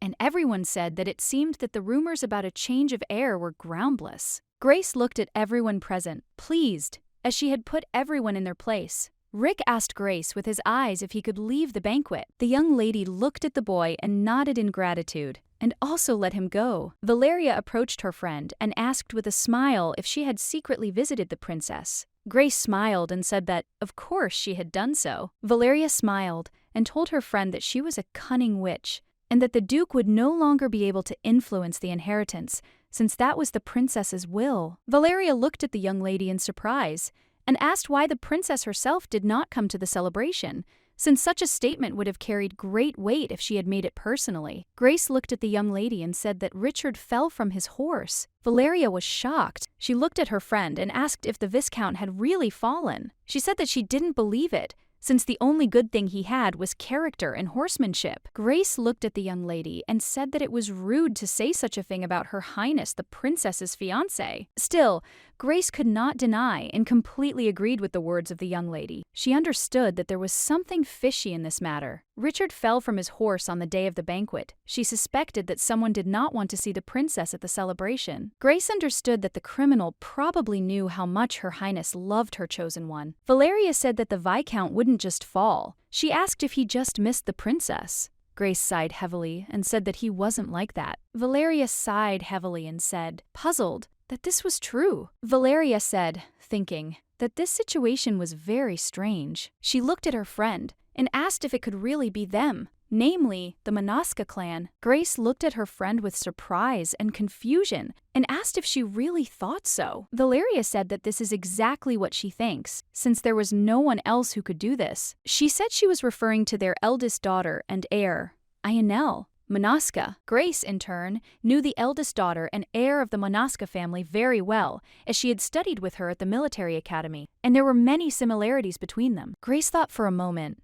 as the young lady had done some pretty crazy things before, once spending the night with a commoner and then killing him for no reason. Ionel would take the life of any man without a title if he got on her nerves. Grace, after thinking, said angrily that they would be in big trouble if the young lady was directly involved in this matter. Valeria smiled and said that she had only made such an assumption. She said that the princess had sent a magician to them, so everything was fine with them, and people had still heard the princess's messages. Grace looked closely at the young man who stood not far from them. Valeria smiled and said that she was very interested in why he tried so hard to stay away from everyone. Valeria smiled, looking at her friend, and said that it was time for her to go, as she had promised to chat with the other ladies. Grace looked at the young man and asked if he wanted to join in the fun, as he had given the birthday girl the gift after all. The young man looked at her with a puzzled expression and asked if he should do this. The young lady smiled and said that perhaps attending the banquet would lift his spirits or help him improve his relationship. She asked him if he wanted to have a snack. He looked at her in surprise and asked why he should do this. He also did not want to behave in this way, but had to hide his true identity. The Duke would have liked to leave this event as soon as possible, but she did not leave him alone. He knew that even though he stayed, the lady was still annoying him. The Duke sighed heavily, because he knew that she was pestering him again, and it wouldn't be that easy. The young lady looked at him intently. He looked at the young lady in surprise, because he did not understand what she wanted. She smiled and said that perhaps this was also a good way to live. The Duke looked at the young lady with bewilderment. Grace looked at him closely and said that he should still watch his actions, since the princess entrusted him with a gift, which means she relies on him. Grace told him to behave accordingly. The Duke was a little surprised, as he had previously thought that the young lady was used to imposing her opinion on people. But it seemed that this was not the case. He looked at her intently with a smirk on his face, as she intrigued him. Grace looked away from him and said that he had previously told her father that the necklace meant nothing compared to her devotion. She asked if those were really the words of Her Highness the Princess. The young man looked away and said that she said so. Grace smiled sheepishly and asked if it was true. The young man looked at the young lady with puzzlement and surprise. He did not understand what was going on at all. A moment later, they heard a voice. The Duke looked at them and told the young lady not to let those words go to her head. The young man looked in surprise at the newly arrived Duke. Rick saw that the Duke was very sweet to his second daughter, but when he was heated, he looked at her with disdain. Rick wondered if none of the family members liked Grace. He also wondered if this was the reason the young lady was so obsessed with the princess. Grace looked at her father and asked if she could afford such a thing. The Duke looked at her with fury and said that he knew that she was careful with Katia because of the risk of changing the heir. The Duke said that he did not consider it a problem, but he also said that she should not dare to harm her because of such nonsense. The young lady looked at her father in bewilderment and asked when she had managed to wound her sister. The Duke said that he knew everything about her character. The Duke said the princess had turned a blind eye to the mess she had made at her birthday party a year ago, but he remembered and knew everything. The young lady glared at her father. A moment later, she said that he never once asked why she did it. The Duke looked at his daughter and said that he never needed her excuses, and he would show no mercy if she ruined his daughter's holiday. The young lady smiled and said that she didn't know that his daughter's birthdays were so important to him. She said that she didn't even expect him to come personally and warn her. The Duke looked at her with fury and told her to remember what a comfortable life she had led while her sister suffered far from home. The young lady looked at her father in surprise and asked if it had never occurred to him that sharing an estate with such a father was more difficult than being homeless. He looked at her with fury and asked what she was talking about. Rick, looking at the young lady, only smirked. He saw what kind of character she had. He understood that with such a straightforward approach, the lady had probably made many enemies for herself, but it was precisely this trait that helped to defeat them. The Duke looked at his daughter with fury and shouted that she had everything, because she grew up as the only heir. He said that she alone enjoyed what she should have shared with her sister. The young lady looked at her father in surprise and asked what exactly she was enjoying. She asked if he was talking about the scars he had given her. The Duke looked at his daughter and said that he had never laid a hand on her. Grace looked at her father and asked if he remembered her 6th birthday. Grace said she waited for him to come home, even going out to greet him late at night, and he pushed her, causing her to fall on a rock and injure her leg, which forced her to avoid wearing short dresses for the rest of her childhood. And other children found her injuries disgusting. The Duke looked at his daughter and said that he scolded the rude people for this. She looked at him, sighing heavily, said that he made them apologize by threatening their parents. She said that no one would go against the Duke. Rick was confused, as he wasn't sure if she cared about what happened or if she was just pretending. The Duke looked angrily at his daughter and asked if this was the reason she was trying to ruin her sister's holiday. The young lady smiled and said that no one knew. Grace smiled and said that it all depended on her sister's behavior. The Duke said angrily that she had a disgusting character, but her sister was different. The young lady smiled and said that it would be wonderful if it were true. The Duke looked angrily at the rain, but did not answer, and a moment later, he left her company. Rick looked at the young lady and asked if it was true that she had scars on her legs. The young lady looked at him in surprise and said that she had completely forgotten that he was here. She sighed heavily and said that it was true. She looked at him and said with a smile that they didn't matter because she had bigger scars from the military academy. He looked at her in surprise and asked why she had mentioned it then. Grace smiled and said that she said it to shut her father up. She said that she thought it would be a good idea to press on his feelings of guilt, although she very much doubted that he had any. The young man thought for a moment and looked at her intently. He knew the young lady had everything except what was really needed. He saw that she looked strong, but she also had soft sides. He saw that she was like a character from a B novel come to life, but he also thought that there was more to her Thai story. The young lady was a little surprised, as she had never received so many gifts before. She was used to spending all her birthdays only with her mother. But of course she wanted to be at such a celebration, but she had no idea how exhausting it was. A moment later, someone called her. She looked back and saw her father. The Duke approached his daughter and asked with a smile if she was enjoying the banquet. The young lady thought about her father's words for a moment. Looking at everyone present, she wondered if she was enjoying the banquet, but the young lady knew the answer to that question. She was not enjoying it at all. Looking at her sister,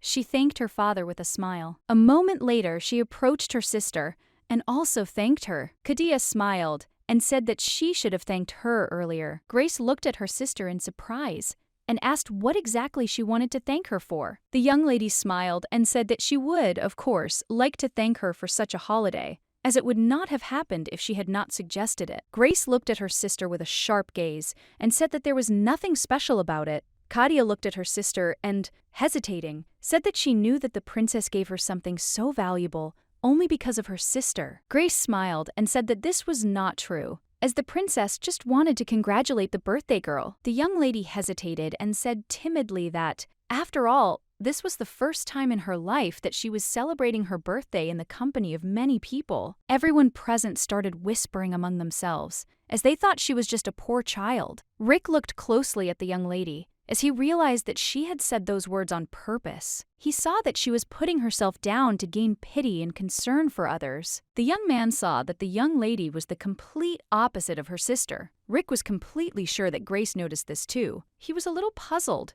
because he thought that they still had a wonderful family. A moment later, Madame presented the dessert and said it was a mousse with ice cream. Madame, in turn, slowly cut the cake, and the servants served dessert to all the guests. Grace was surprised and did not understand why Madame was cutting the cake herself. Grace watched Madame closely, wondering if Madame was up to something. Kadia came closer to her sister and asked with a smile if she would like to have a piece of cake. Grace, looking at her sister, said that she didn't really like sweets. The young lady looked at her sister with surprise and confusion and asked if it was true. Kadia looked at her sister, asked for forgiveness, and said that she baked the cake because she thought that she would also be happy. The young lady told her sister that she did not know that she did not like desserts. Grace looked at her sister in surprise and asked if she had baked them herself. Kadia looked at her sister and said, puzzled, that she had not baked everything, only one cake, the one she wanted to share with her family. This was how she wanted to express her gratitude. The young lady said that she was not very skilled, and therefore, this was the only way she could show her appreciation. All the guests present were surprised and said that it was very kind of her. Grace looked at her sister in surprise and asked if she was sure she wanted her to try the cake. Grace looked at her sister very carefully, and a moment later she asked her sister if she was sure about this. Kadia smiled and said that of course she was sure of it. Grace smiled and said that she would try the cake as it looked wonderful. She asked with a smile on her face if she could have a piece. A moment later, the young lady took a piece of cake and began to eat. But after Grace ate a piece of cake, she suddenly felt ill and dropped the plate. Valeria was shocked, looking at the young lady. She called her. Grace fell to the ground in front of everyone. Everyone was screaming and calling her because they were very worried about her. Grace, in turn, looked up at her sister and Madame and saw their contemptuous grins. The maid ran to her lady in a hurry. Everyone present was shocked. They wondered if the cake was poisoned. The man shouted at everyone in anger and said that it was very impudent of them and asked if they doubted Lady Kadia. He said that she'd baked the cake herself. The young lady was very frightened and, looking at Madame, wondered if everything would be all right. Madame waved at her and told her that everything would be fine and she didn't need to worry. Madame, in turn, looked at Lady Grace with contempt. Gelota causes vomiting even in the smallest doses.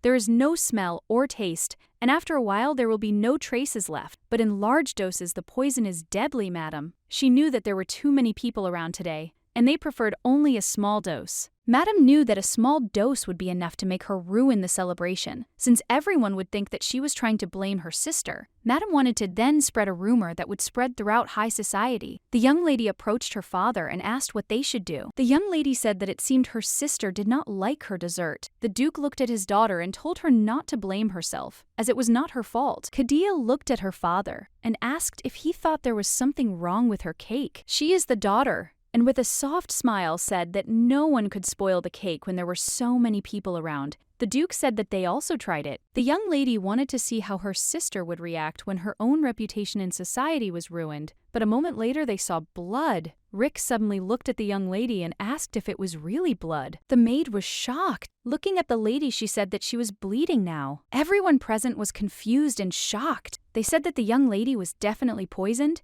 and someone added poison to the young lady's cake. Kadia looked at the madam. She was shocked because she thought that the young lady would just vomit. Madam was perplexed because she knew that poison could not cause coughing up blood. Madam was in shock and wondered what was going on. A moment later, Valeria rushed towards the young lady. She was in shock and looked at her friend with tears in her eyes. Kadia froze in shock. She understood that something was wrong in this situation. Kadia looked at her sister and saw that she was smiling. She was in shock. She did not understand why this was so. Valeria looked at the young lady and asked if she was okay. The dirt did not answer. Grace was shocked because she had asked Valeria to find something weak. Grace looked at her friend and said that she needed poison. Valeria looked at the young lady with a smirk and asked who she wanted to kill this time. Grace said that her dear sister and respected madam must add poison to her food.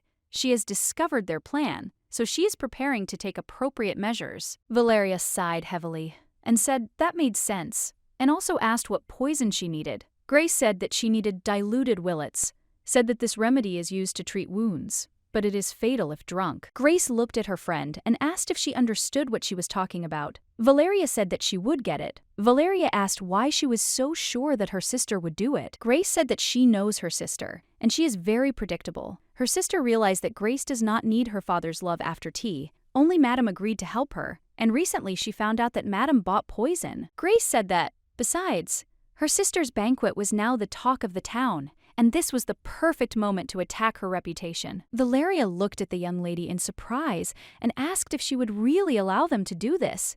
She said that it would harm her. Grace looked at her friend and said that this would make them give up once and for all. Valeria looked at the young lady, puzzled, and said that it was very risky. She said that they could add a lethal dose. Grace smiled and said that their poison would not kill her. Even the one she wanted to take would not harm her much. She said that it would be easier to give her a lethal dose. It would make her sister much more interesting. Grace said with a grin that nothing would work out for them. Grace thought that drinking tea would convince her to reconsider her views, but people did not change that quickly. Kadia was trembling with fear. She didn't know what to do now. Kadia, in turn, saw her sister's evil grin. The Duke angrily told the servants not to stand there and to take Grace to her chambers. The Duke looked at the servants and told them to call a healer, but a moment later he told them to bring a doctor first and let him find out what kind of poison it was. The servants were frightened and said that they would do everything. Grace was surprised. She could see that he was very excited. However, she understood that there was nothing surprising in this, since the heiress of the house was coughing up blood in front of many people after trying the cake baked by her sister. She knew that nothing else mattered, because in the morning, terrible things would be said about her sister. The maid looked at her mistress with tears in her eyes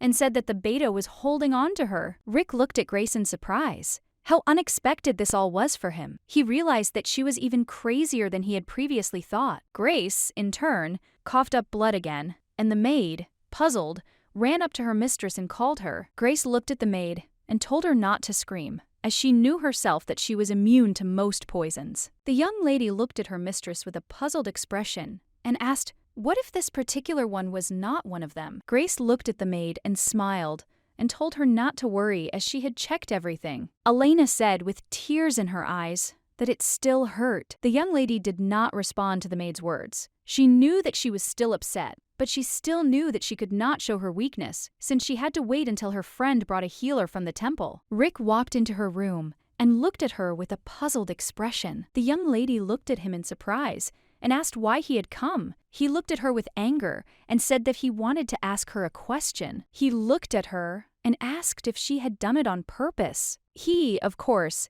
guessed that poison had been added to the cake when Katia began to beg Grace to try the dessert. But he didn't say anything, because he was sure that Grace knew everything herself, but he was very surprised when she accepted the treat, and then began to cough up blood. Rick understood that she was poisoned, and he should help her recover. Otherwise, the princess would be very angry with him. The young man came closer to her and saw that she was smiling, looking at her sister. He knew that she had won and her sister had lost. In that smile, he read that Grace was telling her sister that she would never defeat her, no matter how hard she tried. He understood what her smirk meant. He wondered if Grace had voluntarily taken the poison to teach her sister a lesson. He was shocked and did not understand why she would go to such extreme measures. Rick looked at the young lady and asked what happened. He asked if she really allowed herself to be poisoned. Grace looked at him and told him not to force her to answer. The young man was shocked because he thought she was crazy. Grace looked at the maid with fury and asked where Valeria was. She asked why she hadn't come yet,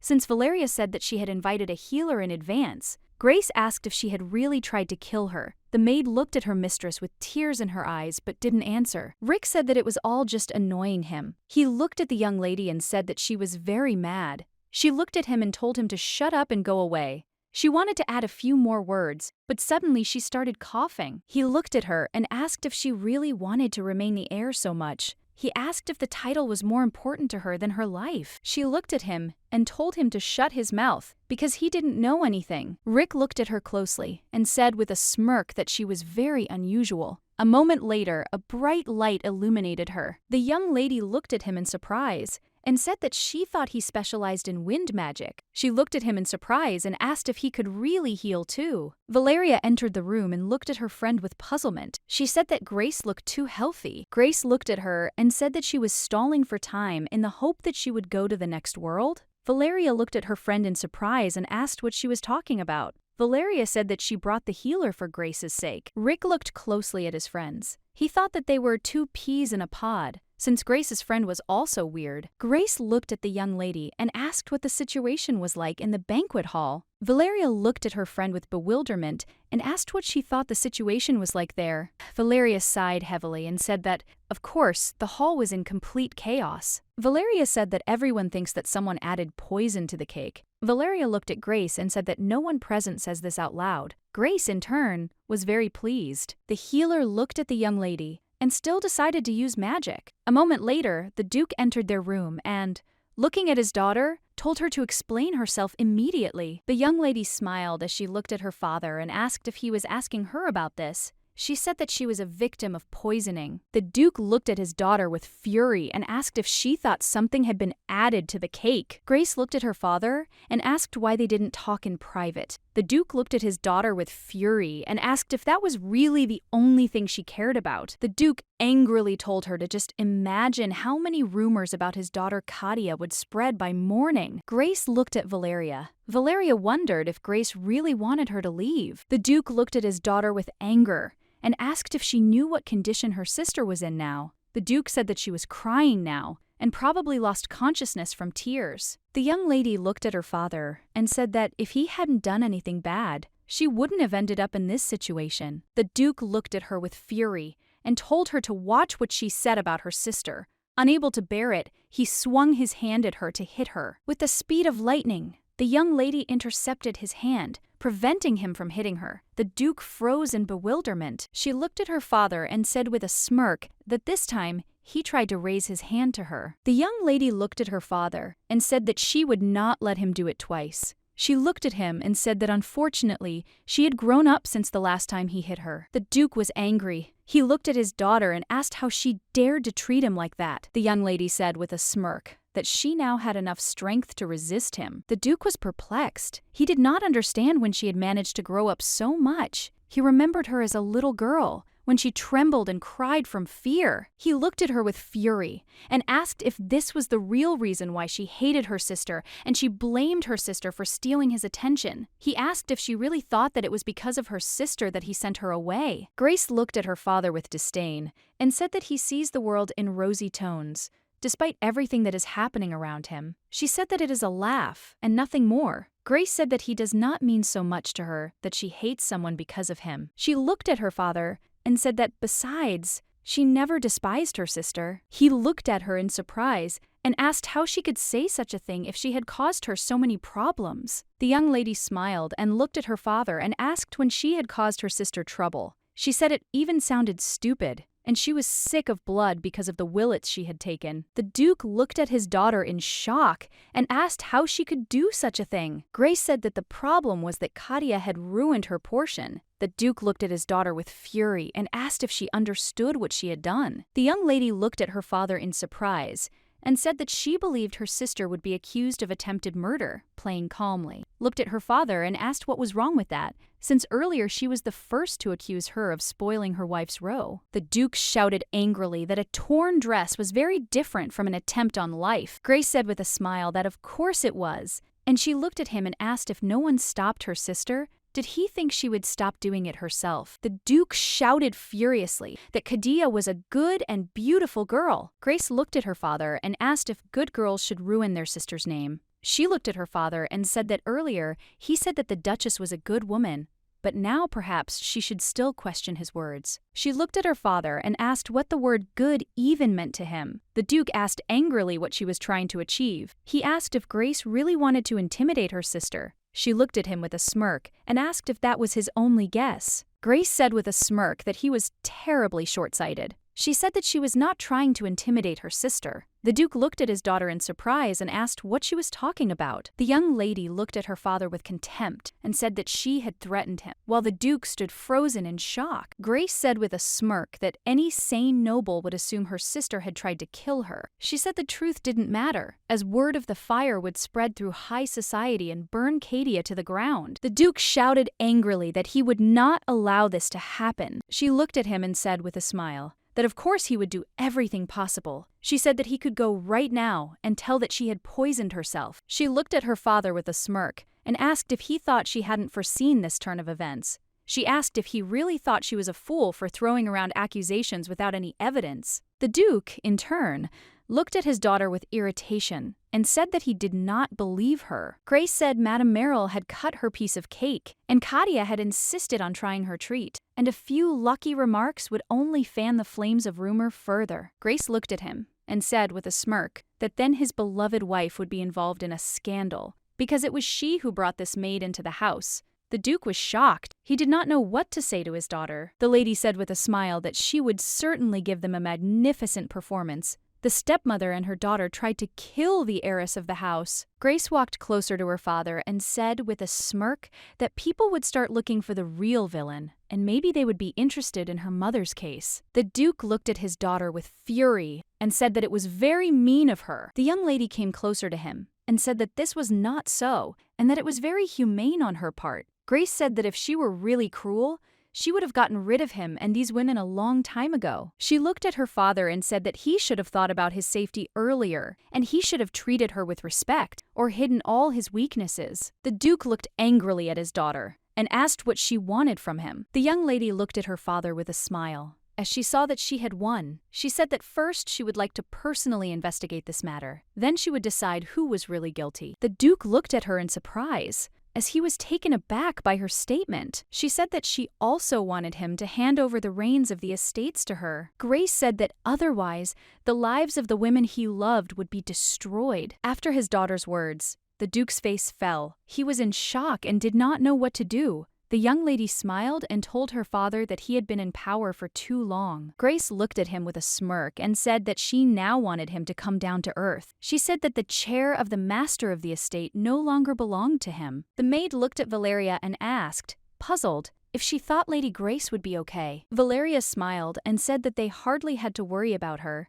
The maid looked at the young lady in surprise, as she did not understand what they were talking about. A moment later, they saw the Duke leave the room in annoyance. Valeria entered the room and asked her friend how everything went. Grace smiled a satisfied smile and said that the outcome had been decided long before their game began. Valeria looked at her friend and asked with a smile what the fruits of her victory were. Grace thought for a moment. Grace smiled and said that nothing special had happened. She was just now in charge of the estate. She knew that she had gained power, so the outcome was not bad. Rick looked at the young lady in surprise and asked if she really needed power that badly. The young lady looked at him in surprise and asked why he was suddenly asking her about this. She looked at him with a smirk and asked if he really wanted to get something from her. The young man frowned for a moment and asked her if that was really the only framework within which she could reason. He said he asked simply out of curiosity. He said he did not understand the willingness to make such sacrifices for the sake of power. The young lady thought for a moment about what sacrifices were being discussed. She said that she had lost nothing. He looked at her in surprise and asked if she knew that her body could not cope with such a poison. The young lady looked at him calmly and said that, of course, she knew about it. She smiled and said that it was not difficult to risk one's life for the sake of power. And she asked him with a grin if he thought that the sweet taste of victory overpowered the pain. The young man was stunned by her statement. He mentally gave up, since he would never understand the course of her thoughts. She looked at him and said that he had done a very good job today. She said that she was sure he understood, that he had nothing to gain from spreading rumors about the past. She looked at him and said that she would tell Her Highness the Princess that he had played his part. Grace also said that he could go now. Rick was a little puzzled. Mages are able to see the essence of everything. He knew that he was the best of the wizards, so he could see what was in the hearts of most people, but her essence was inaccessible to him. As he said goodbye, he gave her a smirk and disappeared in the blink of an eye. Grace was a little surprised,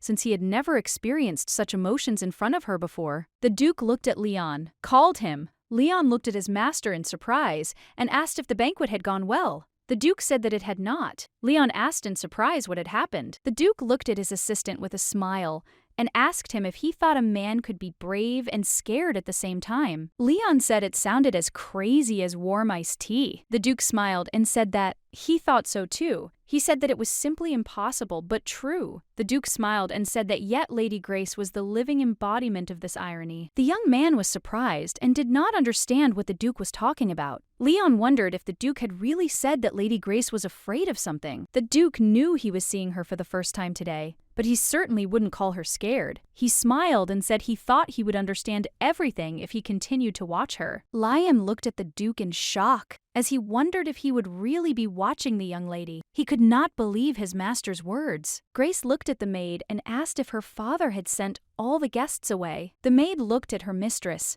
and said that it was so. Grace looked at the maid and asked where Madame Merrill was. The maid said that she would be Madame and escorted Lady Kadia to her chambers. Grace looked at the maid and said that she understood everything and could return to work there. The maid obediently agreed with the lady. As the young lady walked towards her sister's chambers, she noticed that her door was ajar. Grace looked at her sister and asked what they were going to do now. The young lady flinched and looked at her sister in surprise. The young lady was in shock as her sister stood before her safe and sound. Grace looked at the young lady with a puzzled expression and asked if she still had the strength to be angry with her. Kadia looked at her sister with fury and asked if she had really done all this.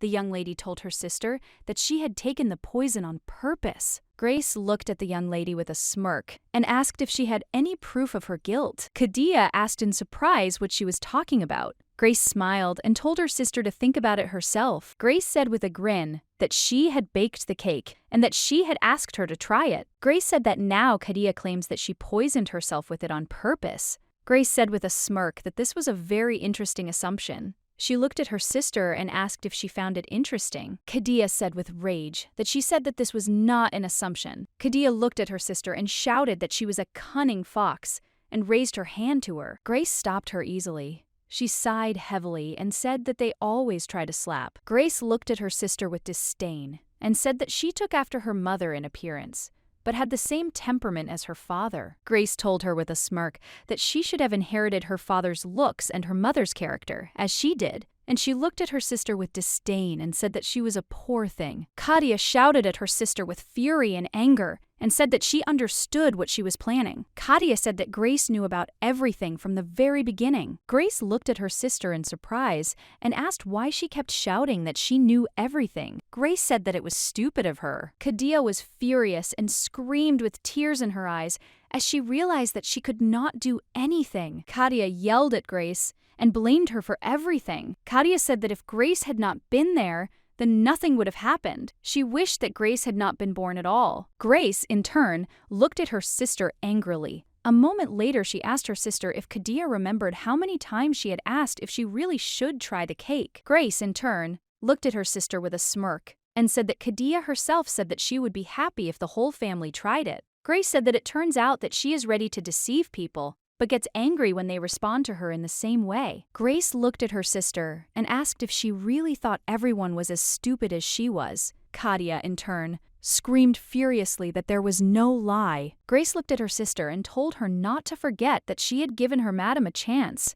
She said that she had been merciful to them, like a saint. The young lady looked at her sister in surprise and asked what mercy she was talking about, since she always looked down on her and made fun of her. Grace looked at her sister in surprise and asked if she had ever made fun of her. Katia told our sister that she always put her below herself, and for this reason sent her to the tea ceremony. Grace said she sent her there to introduce her to influential people, but she was still offended. Grace looked at her sister and asked if she had only taken bad things from that meeting. Grace looked at her sister with disdain and said with contempt that her feeling of inferiority never ceased to amaze her. Katia, in turn, could not stand it and raised her hand to her. She shouted at her sister to shut up. Grace caught her other hand and called out angrily. Katia froze in bewilderment and shock. Grace looked at her and said that if she had done something like that in another situation, she would have simply repaid in the same coin. And later, Grace told her sister that she had the audacity to try to denigrate the name of the heiress in front of many people. Grace said that she had almost lost her good reputation because of some pathetic person. Grace said that he would be frank when she heard about her sister, but she was a little worried because she knew that she would be the heir,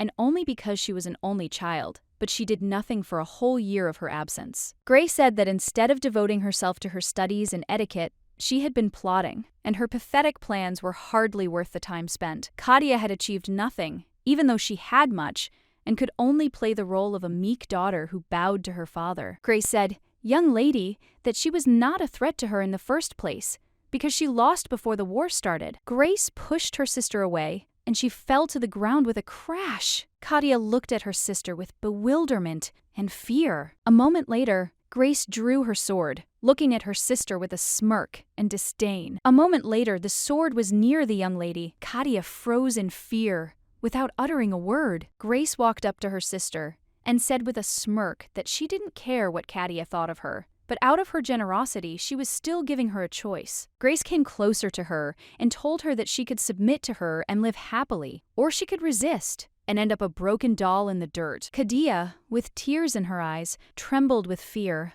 Looking at her sister, she said that she was very sorry. Grace looked at her sister in surprise and said that it was really fast. Katia was shaking with fear and crying very loudly. She shouted that she promised not to do it again. Grace looked at her sister and with a smirk told her not to be afraid, as she would not kill her. Grace looked at her sister and said that she still had one more chance. She asked if the young lady remembered about this, sighed heavily, and said with a grin that some people had already wasted all their chances. Grace looked at her and said that it was time for them to go their separate ways and that they should try again tomorrow. She looked at her sister and asked what she thought about it. Grace smiled and told her sister that she would find out about everything tomorrow. Grace looked at her sister. She followed and asked if Valeria told her about the girl who went against her, and later began to serve her. Grace said that the lady in this story was Valeria herself. For some time, the young lady sat on the ground, dumbfounded, without moving. The Winoston heiress has led many to become interested in the relationship between Grace and Katia. The nobles believe that this is the key to the mystery, so they base their assumptions on the interactions of the sisters,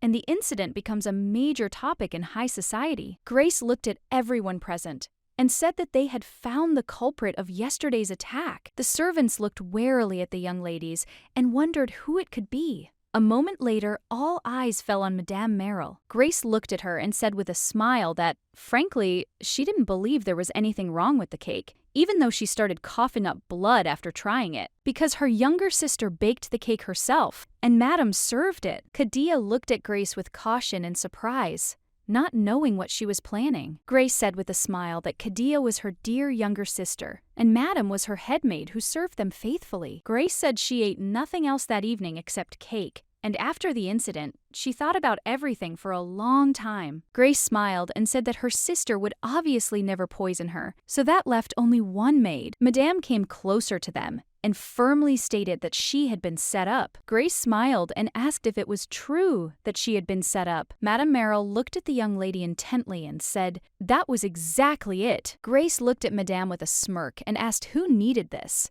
Grace asked Madame if Madame Merrill really thought that she was trying to slander her. Madame, in turn, looked intently at the mistress, but did not answer. The butler looked at Madame with fury and asked how she dared to blame the young lady for such a thing. A moment later, Grace stopped him before he could say a word. Grace looked at her and said, "That was a very bold statement." She looked at Madame with disdain and asked with a smirk if she really thought she was worthy of such an honor. Madame was very angry and could not answer anything. Grace thought about the update and said that it did not matter, since it was a rhetorical question. She said that she was not interested in the answer at all. Grace looked at the headmaid and asked if she really believed that she would accuse someone of such an attempt if she did not have the appropriate proof. Madame knew that she had no proof, since she already got rid of it, the bottle of poison. The bottle was broken into 1,000 pieces. Madame knew that the young lady would not accuse her of anything. Grace looked at the maids and called them. A moment later, a maid came up to the young lady and brought her a small bottle. The head maid was puzzled and wondered what the young lady had in her hands, as she was sure that there was no evidence. A moment later, she saw the young lady holding a bottle in her hands. She was shocked and could not believe what she was seeing. The young lady, in turn, looked at the small bottle with a grin. The head maid was perplexed. She did not understand how it could have ended up in her possession. The young lady looked at the maid and asked why she was so surprised. Grace looked at her with a smirk and asked if he looked familiar to her. If there is no evidence, it needs to be created. Grace could buy poison from the same merchant. Grace, in turn, knew that if she uses the same one who sold the poison to Madame as a witness, then Madame will not be able to do anything. She will not be able to deny it. The Madame looked at the young lady with bewilderment and said in a trembling voice that they had indeed tried to slander her. Grace looked at her and asked with a smirk if this was true. Grace asked if she should visit the merchant who sells such medicines. Grace said that she would inquire whether a certain Madame Merrill had bought Jello from him. The Madame looked at the young lady with a puzzled expression and said in a trembling voice that she knew about everything. The Madame was shocked, since the young lady had previously revealed her entire plan and still took the poison. The Madame angrily asked if she had really arranged all this to get rid of her. Grace looked angrily at the head maid and said that her stupidity was only rivaled by her insolence. Grace said that she was very interested to see if the maid would stop talking nonsense if her tongue was cut out. The Madame furiously asked the young lady if she understood why she had done all this. The Madame screamed that it was all because of her, since the blood of that dirty lady flowed in her. Madame angrily asked the lady who she thought she was. Madame did not understand how the lady dared to look down on them. Madame shouted that she should bow her head before her ladyship and the lady, and be sure to apologize to them. Grace came closer to her and said angrily that she needed something, or experience. Grace looked at her angrily and asked why she thought she had the right to receive it. Madame looked at the young lady with bewilderment and anger. Grace said that it was simply ridiculous. Grace said that if Madame behaved like that in front of her father, she would consider her a charming woman and would spare her. But Madame decided to contradict her. Grace asked with contempt if she really thought that she was superior to her. Grace said that she had heard of servants who had the audacity to put themselves on the same level as nobles because they lived in the same estate with them. It seemed that she was the same. Grace called the butler. Grace told him to send a letter to the prison and ask them to bring their maid to her senses, since she does not know her place and is delirious. Grace said that she is guilty of an attempt on the life of an aristocrat. Therefore, she will remain in prison until the day of her death. All the servants were stunned by what they heard. Grace pushed the maid away,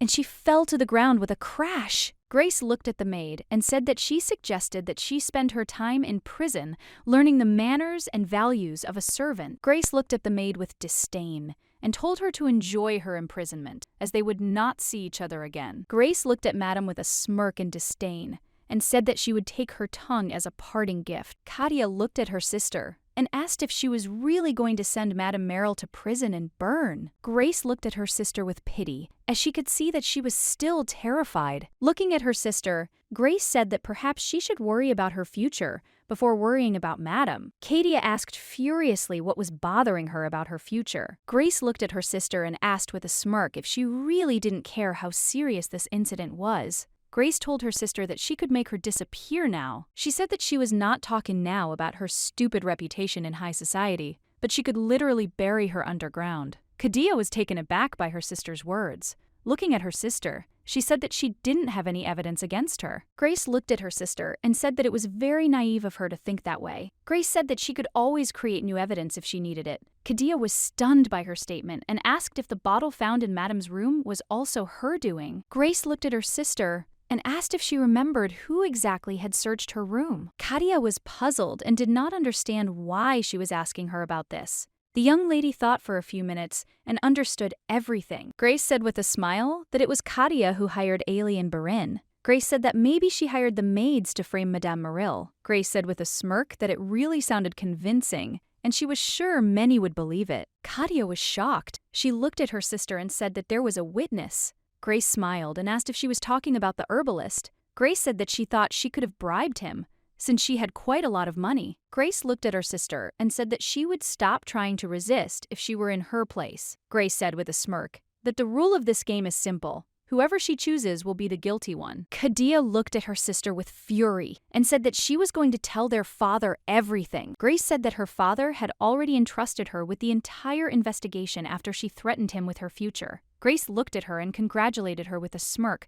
because no matter how useless she was, she actually turned out to be useful this time. Kadia was confused and didn't understand how this could have happened. Grace looked at her sister and said with a smirk that if she didn't want to hear the herbalist's confession one day, then she should think about how to fall on her favorable side. Grace looked at her sister with a smirk and said that she still had plenty of willets, so she could tell her when she wanted to try it herself. The young lady fell to the ground with a crash. She was taken aback, as she was dumbfounded. Now she understood everything. Now she understood with clarity of mind that she could not have won this tough fight against her sister from the very beginning. Sometime later, the young lady read the letter that the criminal Madame Merrill was safely delivered to the institution. She was glad that she had dealt with her. Grace looked at her maid and asked if she had just told her that her sister was still locked in her room. Elena nodded in confirmation and said that it was true, and she heard that the young lady had not eaten for 2 whole days. Grace looked at the maid in surprise and asked if she was sure that Katia was still alive. Elena frowned and thought for a moment, but a few minutes later she said that she believed she was still alive. Grace knew it was obvious that the young lady had remained in the locked room because she was so frightened by the threat she had made to her earlier. Grace, while drinking tea, told her maid that the young lady couldn't even handle it. She didn't understand why Katia was trying to take on more than she could handle. Grace said that they say that fools are often brave, but Grace was sure that Katia wasn't even brave. She was just stupid. Valeria looked at her friend and asked why she shouldn't feel afraid. Valeria said that Katia might have to live her whole life marred as the girl who tried to poison her sister. And to make things worse, her sister just happened to be Grace. Grace looked at her friend and said that she clearly told her sister that she would let her live as long as Katia behaved well. Valeria looked at her friend in surprise and asked with a smile if she really expected the young lady to believe that. Grace looked at her friend in surprise and asked what she should have told her sister. The young lady burst into tears of pretense. She said that she could go up to her beloved sister and tell her that she would never kill her dear little sister, so she could relax and sleep peacefully because she would love her forever. Grace looked at Valeria and asked if that was what she wanted to hear. Valeria smiled and said that it sounded more threatening. Valeria said that Grace should act as the elder sister and extend the olive branch. Grace sighed heavily and told her friend that it was easy for her to say that. Valeria smiled and said that, of course, it was easy for her to say this, since it was not her problem anyway. Valeria said with a smile that nothing was difficult to say when it was not your problem. Grace was confused and did not understand what was the point of discussing such a topic with this young lady. Looking at the letter, she called her maid. The maid came closer to her lady and said that she was listening to her. Grace handed her a letter and said that it needed to be sent to Linda Doyle, an economics student at the academy. Grace said that she was hiring her for the position of head maid. Elena was shocked by the mistress's words. Valeria looked at Grace with her mouth open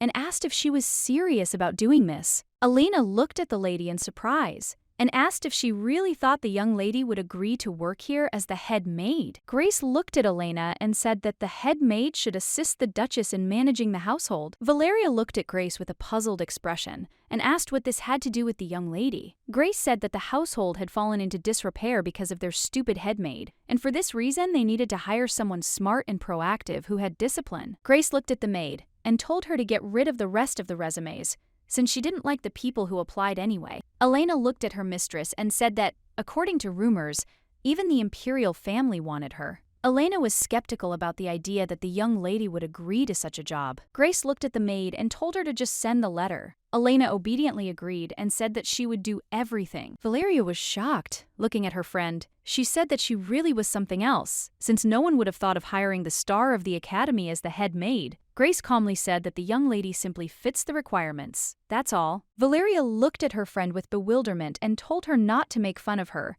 and also asked if she really thought the young lady would take on this job. Grace looked at her friend and calmly said that the young lady would take on such a job since she had made her an offer she could not refuse. Looking out the window, Grace said with a smile that the household would finally start to function properly once they had a new maid. Valeria looked at the young lady and asked what to do with a crybaby who wouldn't come out of her room. Grace said that she was completely sure that her sister would come out when she was hungry enough. Grace looked at her friend and said that she still had more pressing problems. Grace asked how the rumor about her mother was going. Valeria looked at her friend and said that everything remained the same, and as she said last time, that almost no one knows these rumors, because it was a long time ago. Grace looked at the young lady and said that her job was to find people who knew about it, and that was why she had given her this silk business.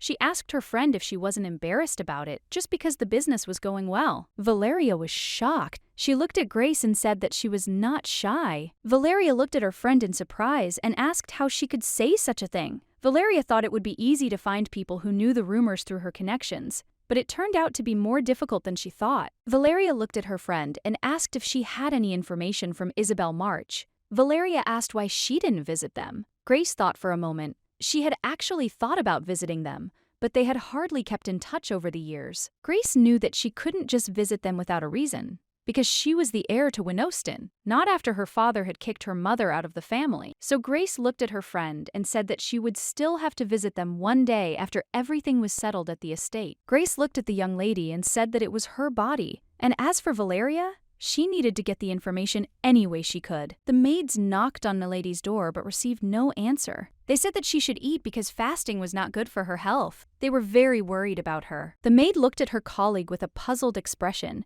and said that this was already the 4th day that Lady Kadia had been skipping meals and that she could become seriously ill if there was nothing to eat. Her friend was puzzled because she had not listened to them. The young lady, in turn, was quietly crying in the room. Kadia was frightened. As she remembered her sister's words, she told her not to even think about resisting her. The young lady was very angry with her sister and screamed at her to get out of her thoughts. She was puzzled and did not know what to do in this situation, as she knew that no one would want to associate with her in high society once this situation became known to people. Kadia was shocked because she knew that such rumors would not only spread among the upper-class society, but would also spread throughout the empire. She knew that everyone in the empire would despise her, but she thought that maybe everything would happen differently. Kadia knew that her witch sister Grace could just kill her before this happened. The young lady was trembling with fear. She knew that a sword was already presented to her throat. She was at a loss and did not know what to do in this situation. Grace walked into her sister's room and with a smile told her sister to stop fussing over something so insignificant. Grace said that it was not like someone was trying to set her up. The young lady suddenly screamed loudly with tears in her eyes, as she did not expect Grace to come to her. She looked at her sister in surprise and asked why she was so scared, since she wasn't even following her. A moment later, she looked around the room and was horrified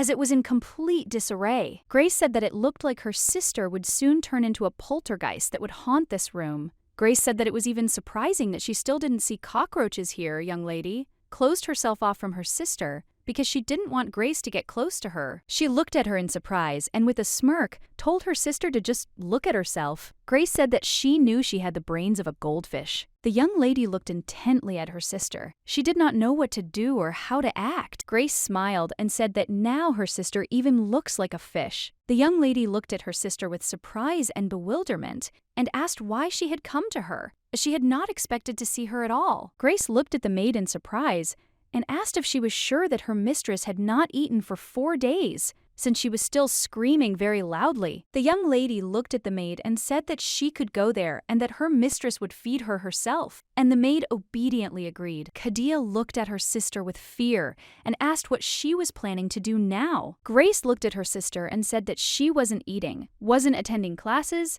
and wasn't even showing up at social events. Grace told her sister that she might as well explain to the world that something was going on. Kadia looked at her sister intently. She knew it was all because of her, but she couldn't say a word. Grace looked at her and said she was scared. Grace said she could hit rock bottom and never rise again. She said it was very interesting on her part because Kadia wasn't afraid to plot against her. Kadia wanted to object, but she couldn't. Grace said that she was sure that Madame Merrill was the one who did it. Grace looked at her sister with disdain and said that in the end, she herself ordered her to do it. The young lady drooped, as she could not object to her sister's words. Grace had some plans in case sister continued to resist, but she would no longer have to resort to using them. Grace looked at her sister and said that if someone is not wise, they should at least be brave. But she is neither, Grace told her sister, that she is completely useless to her, and it is a shame that she still has to take care of her. Kadia looked at her sister with fury and said that she never gave up on taking care of her. Looking at her sister,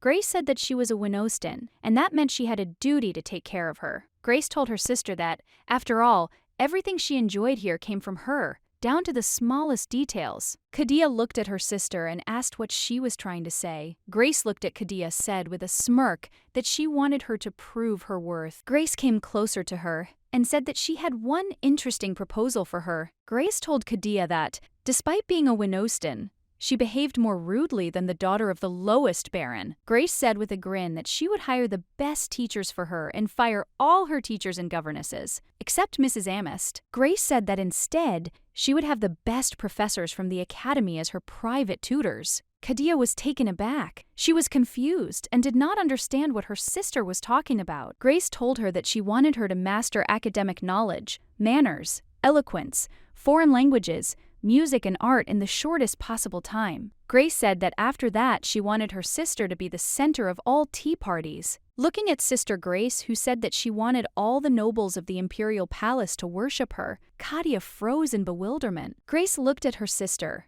and said that she was giving her a chance to reach the top of high society. Kadia was confused. She didn't understand what her sister was talking about, since just a few days ago she tried to kill her with her own hands. Grace looked at her sister's confused face, with a smile on her face. Coming closer to her, Grace said that she will not defeat her anyway, so now she gives her a hint that this is the only way she can survive. Besides what she is giving her right now, she will need to go higher. Grace said that in exchange for all this, all she wanted in return was her eternal devotion. Grace yawned and said that she had forgotten that word. But a moment later she said with a smile that she remembered this word, and this word is obedience. Gray, looking at her sister, said that she wanted her to obey her unquestioningly. Grace understood that if she trained Kadia correctly, she could become her new informant in high society and replace Valeria. Grace knew that to do this, she would first have to accept that she would become nothing if the House of Winostan went into decline. Grace looked at her sister with a smirk and said that of course she was free to accept or decline her offer. Grace looked at her and told Kadia to remember that she didn't care about people she didn't need. Kadia looked at her sister and asked what would happen if she refused such a proposal. Grace said that in that case, she would marry her off to some random nobleman. She told Kadia that she really had no choice in the matter. Grace looked at her sister and said with a smirk that since she was her family, she would do her a favor and try to find someone handsome. Kadia furiously shouted at her sister to forget about it. Grace asked her sister if she could tone it down, as her patience was not limitless. The young lady was very frightened and covered her mouth with her hands like lightning. Grace said that she had given her enough time to think about it, but also told her to remember that if she lost her patience, it would no longer concern only her, and she would turn her gaze to her mother, and perhaps she tried to force the headmaid to kill the heiress. Grace said with a smirk about her sister that this intrigue works for both her and her mother. Kadia furiously shouted at her sister not to mess with her mother. Grace said that it depends only on her actions. Kadia knew Lady Valeria was right, but she didn't believe her then. She knew that the scary thing about her sister was that she had abilities, and she can easily use anyone as a piece on her chessboard. The young lady greeted the crown princess politely. The princess smiled and greeted the young lady in return, and also apologized for the last time. Her Highness the Crown Princess smiled and apologized again for what happened last time. The princess said that she heard that something happened to the young lady. She asked if she was okay. Grace bowed meekly and thanked the princess for her concern. She said it was just a minor incident, and someone had poisoned her cake. The princess frowned for a moment and said that she could not say that it was a minor incident, since she heard that the head maid was behind this incident. The princess asked if she was executed. Looking at the princess, she said that it would be so, and she would serve a life sentence in Burn prison. The princess looked at the young lady closely and said that she understood everything. The princess said that for the last few days she had been thinking only about Richard's injury. The princess, looking at the young lady, asked for forgiveness and said that she should have known earlier how she was feeling. Grace looked at the princess and asked if the Viscount was seriously injured. The princess frowned and said that he had fallen from his horse at the foot of a cliff. Fortunately, he had survived, but there had been moments when they had thought he might not survive. Grace knew that Richard would probably be especially careful near the cliff. Richard had graduated from the academy with excellent achievements, and he had once been part of the Princess Heiress's knights. Grace, for her part, knew that he might have left the knightly order, but he couldn't forget the skills he'd acquired as a knight for a moment. She recalled a conversation with her friend, who had said it could be them, namely, House Monasca. The young lady looked at the princess and asked if there was any sign that magic had been used to make the Viscount fall from his horse. For a moment the princess frowned and thought about it, but a few minutes later she said that they could not be sure of it. The princess said that if it was true, it would indeed be very problematic, but they could not waste their time and energy on something that they did not even have evidence for. Grace pointed out that the princess had her own thoughts on the matter, and she no longer wanted to interfere in the matter. Bowing, she told the princess that she was right. A moment later, the princess looked intently at the young lady and called her. The princess looked at Grace and asked if Rick had behaved decently at the banquet in honor of the holiday. The young lady smiled as she looked at the princess and said that he had behaved well. Grace said that in fact, he had cured her of the poison, so she now owed him a favor. The princess looked at the young lady in surprise. She asked if the young man had really cured her of the poison. She said that it was very surprising. The princess knew that the young lady would never ask him for help, and the Duke was also not one to help anyone without a reason. The princess smiled, looking at the young lady, and said that now she knew what the young man was capable of doing. The princess said that she hoped that they could count on each other during their investigation. The young lady looked at the princess in surprise, as she did not think that they would investigate the case together. Grace asked the princess if she was talking about the case of the missing redheads in the kingdom. The princess said that she was, and that was the reason why she returned to the palace early this morning. The young lady knew something serious must have happened if the princess had to return urgently on short notice. The princess said she thought a magician was behind the missing persons case. The young lady looked at the princess in surprise and asked if there was any reason to assume such a thing. The princess said that in the last incident, a child had gone missing from inside the house. The young lady was shocked. She wondered how someone could disappear inside the house. She said that it sounded really suspicious. The princess sighed heavily and said that there were no signs of a break-in. The knights were investigating the matter, but they could not find any signs that someone had entered physically. Grace looked closely at the princess and said that it looked like this meant that you were a magician. The princess looked at the young lady and, sighing heavily, said that it was so, and it looked like only a capable magician was involved in this matter. Grace looked at the princess and asked if there was a magician behind all the missing people. Why wasn't this the first thing anyone investigated? The princess said there was another big problem. There was no trace of magic being used in the crime. Grace sighed heavily and said that they had then gone back a step. The princess agreed with her and said that was the problem. The princess looked at the young lady intently and said that this was the reason she had called her here. She looked at the princess. The princess said that she would like the young lady and Rick to work together and find out who is behind these disappearances.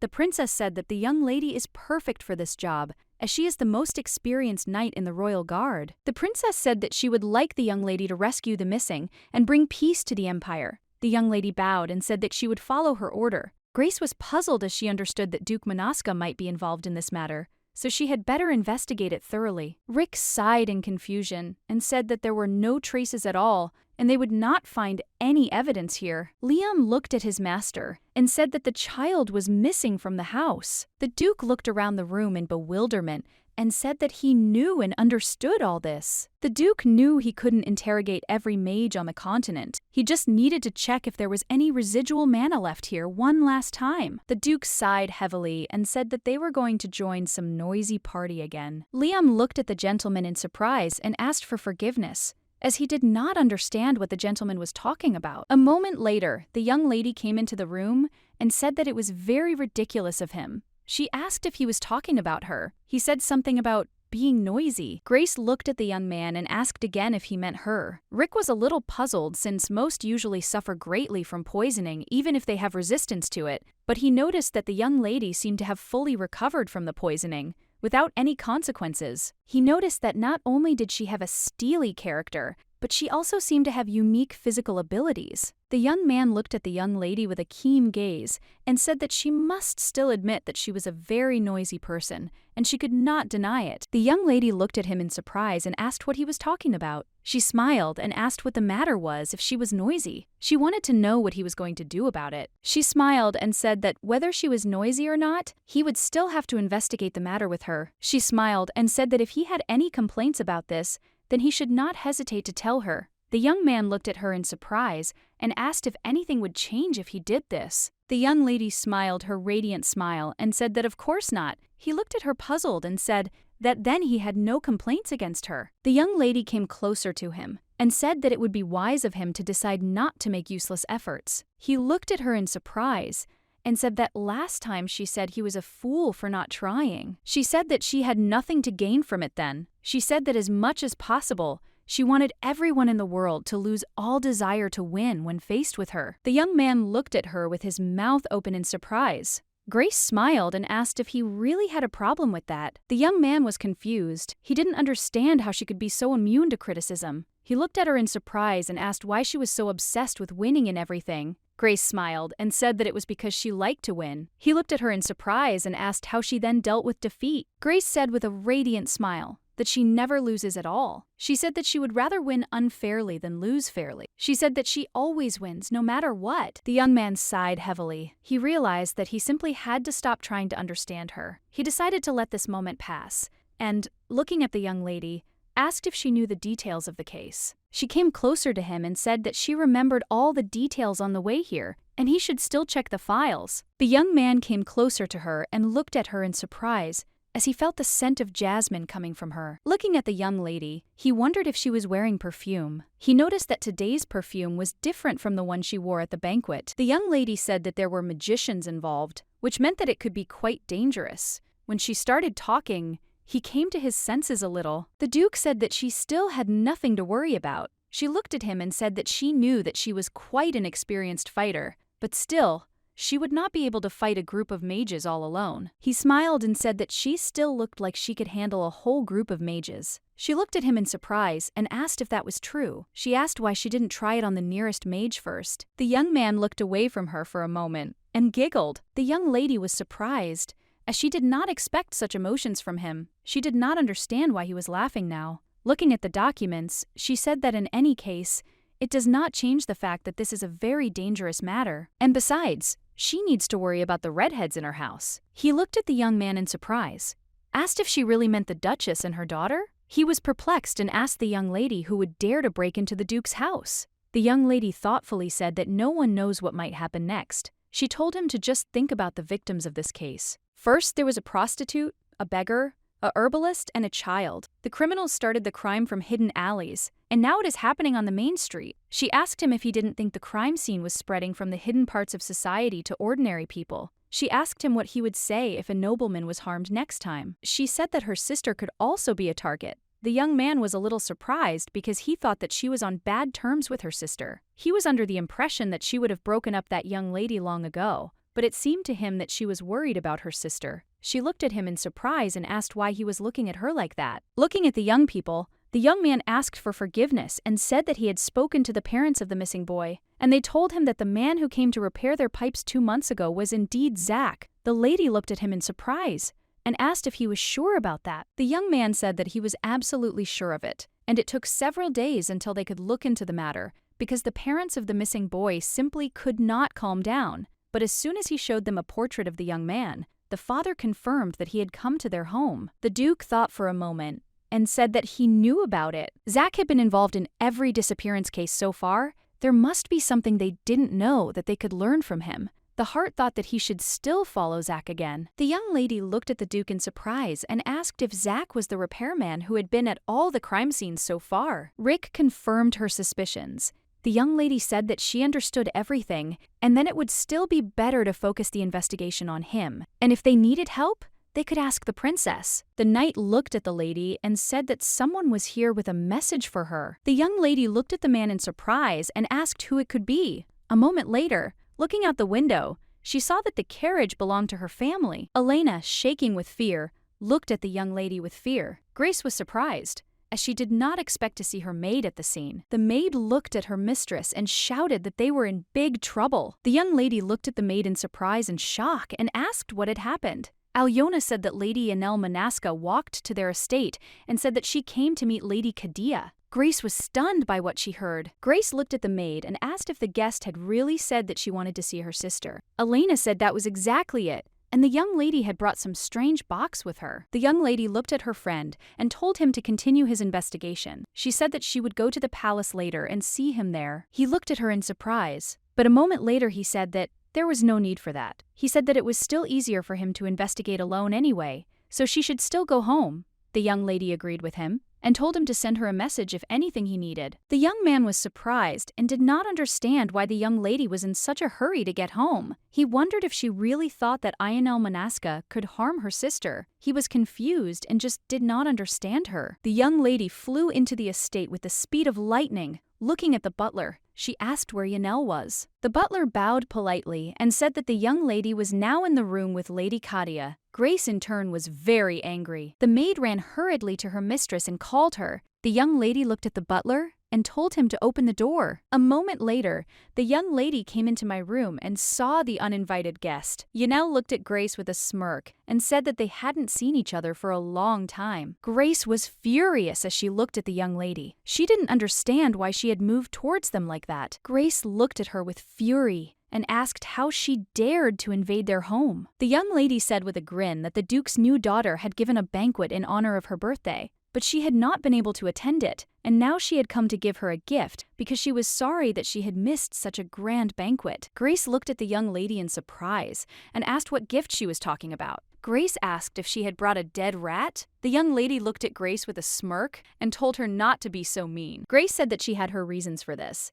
She said that the young lady's hobby was getting rid of everyone who got on her nerves. Grace said that thanks to her sophisticated hobby, she was even expelled from the military academy. Grace looked at her and said with a smirk that she was still expelled from the academy because her dating problems. The young lady looked at Grace and said with a furious grin that she saw Grace was still as sarcastic as ever. Grace looked at her sister and called her, as she wanted to end this farce as quickly as possible. Kadia looked at her sister with wariness and confusion. Grace looked at her with a serious expression and said that the beta left them alone. The young lady was puzzled and did not know what to do in this situation. A moment later, Ionel called out to Lady Kadia who looked at her intently, the young lady smirking as she said that she could take her gift first before leaving. The young lady said that she should not give up the good intentions and wishes of the House of Monasca, even if she herself became the daughter of a duke. Grace looked at her sister and told her to just leave, since they always refused everything that House Monasca offered, so nothing would change even if she refused her. The young lady said that Katia was new to high society, and she didn't want people talking about how arrogant she was.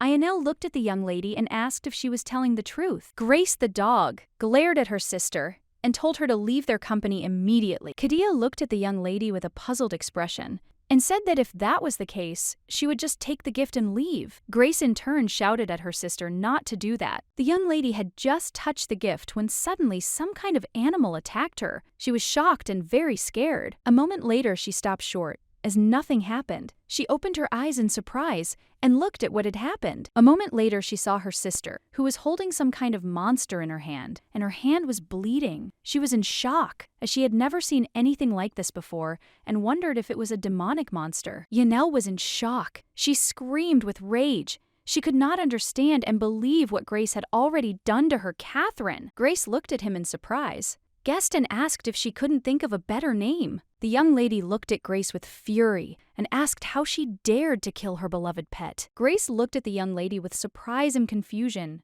and asked what she was supposed to do. She asked if she was supposed to let that demonic monster attack her sister. The young lady was furious and wondered who even cared about some commoner who crawled out of God knows where. Grace shouted to her maid to take her sister to the room now. Katia looked at the young lady with tears in her eyes. She was shocked that she called her a commoner. Elena entered the room and approached the young lady. She said that it was time for her to go to her room. Ionel looked at Grace and said with a smirk that she cared about her sister, and that was very unexpected. She asked Grace how lonely she was that she mistook such a commoner for her sister. The young lady told Grace that she felt very sorry for her. Grace said that she has enough strength to take care of people, unlike Ionel, and she is not a weakling who needs protection. The young lady looked at Grace with fury and asked what she was talking about. Grace said that she had the Duke's full support simply because she was his eldest daughter, but in fact, she had achieved nothing on her own. Grace said that he helped her get into the military academy despite her mere skills,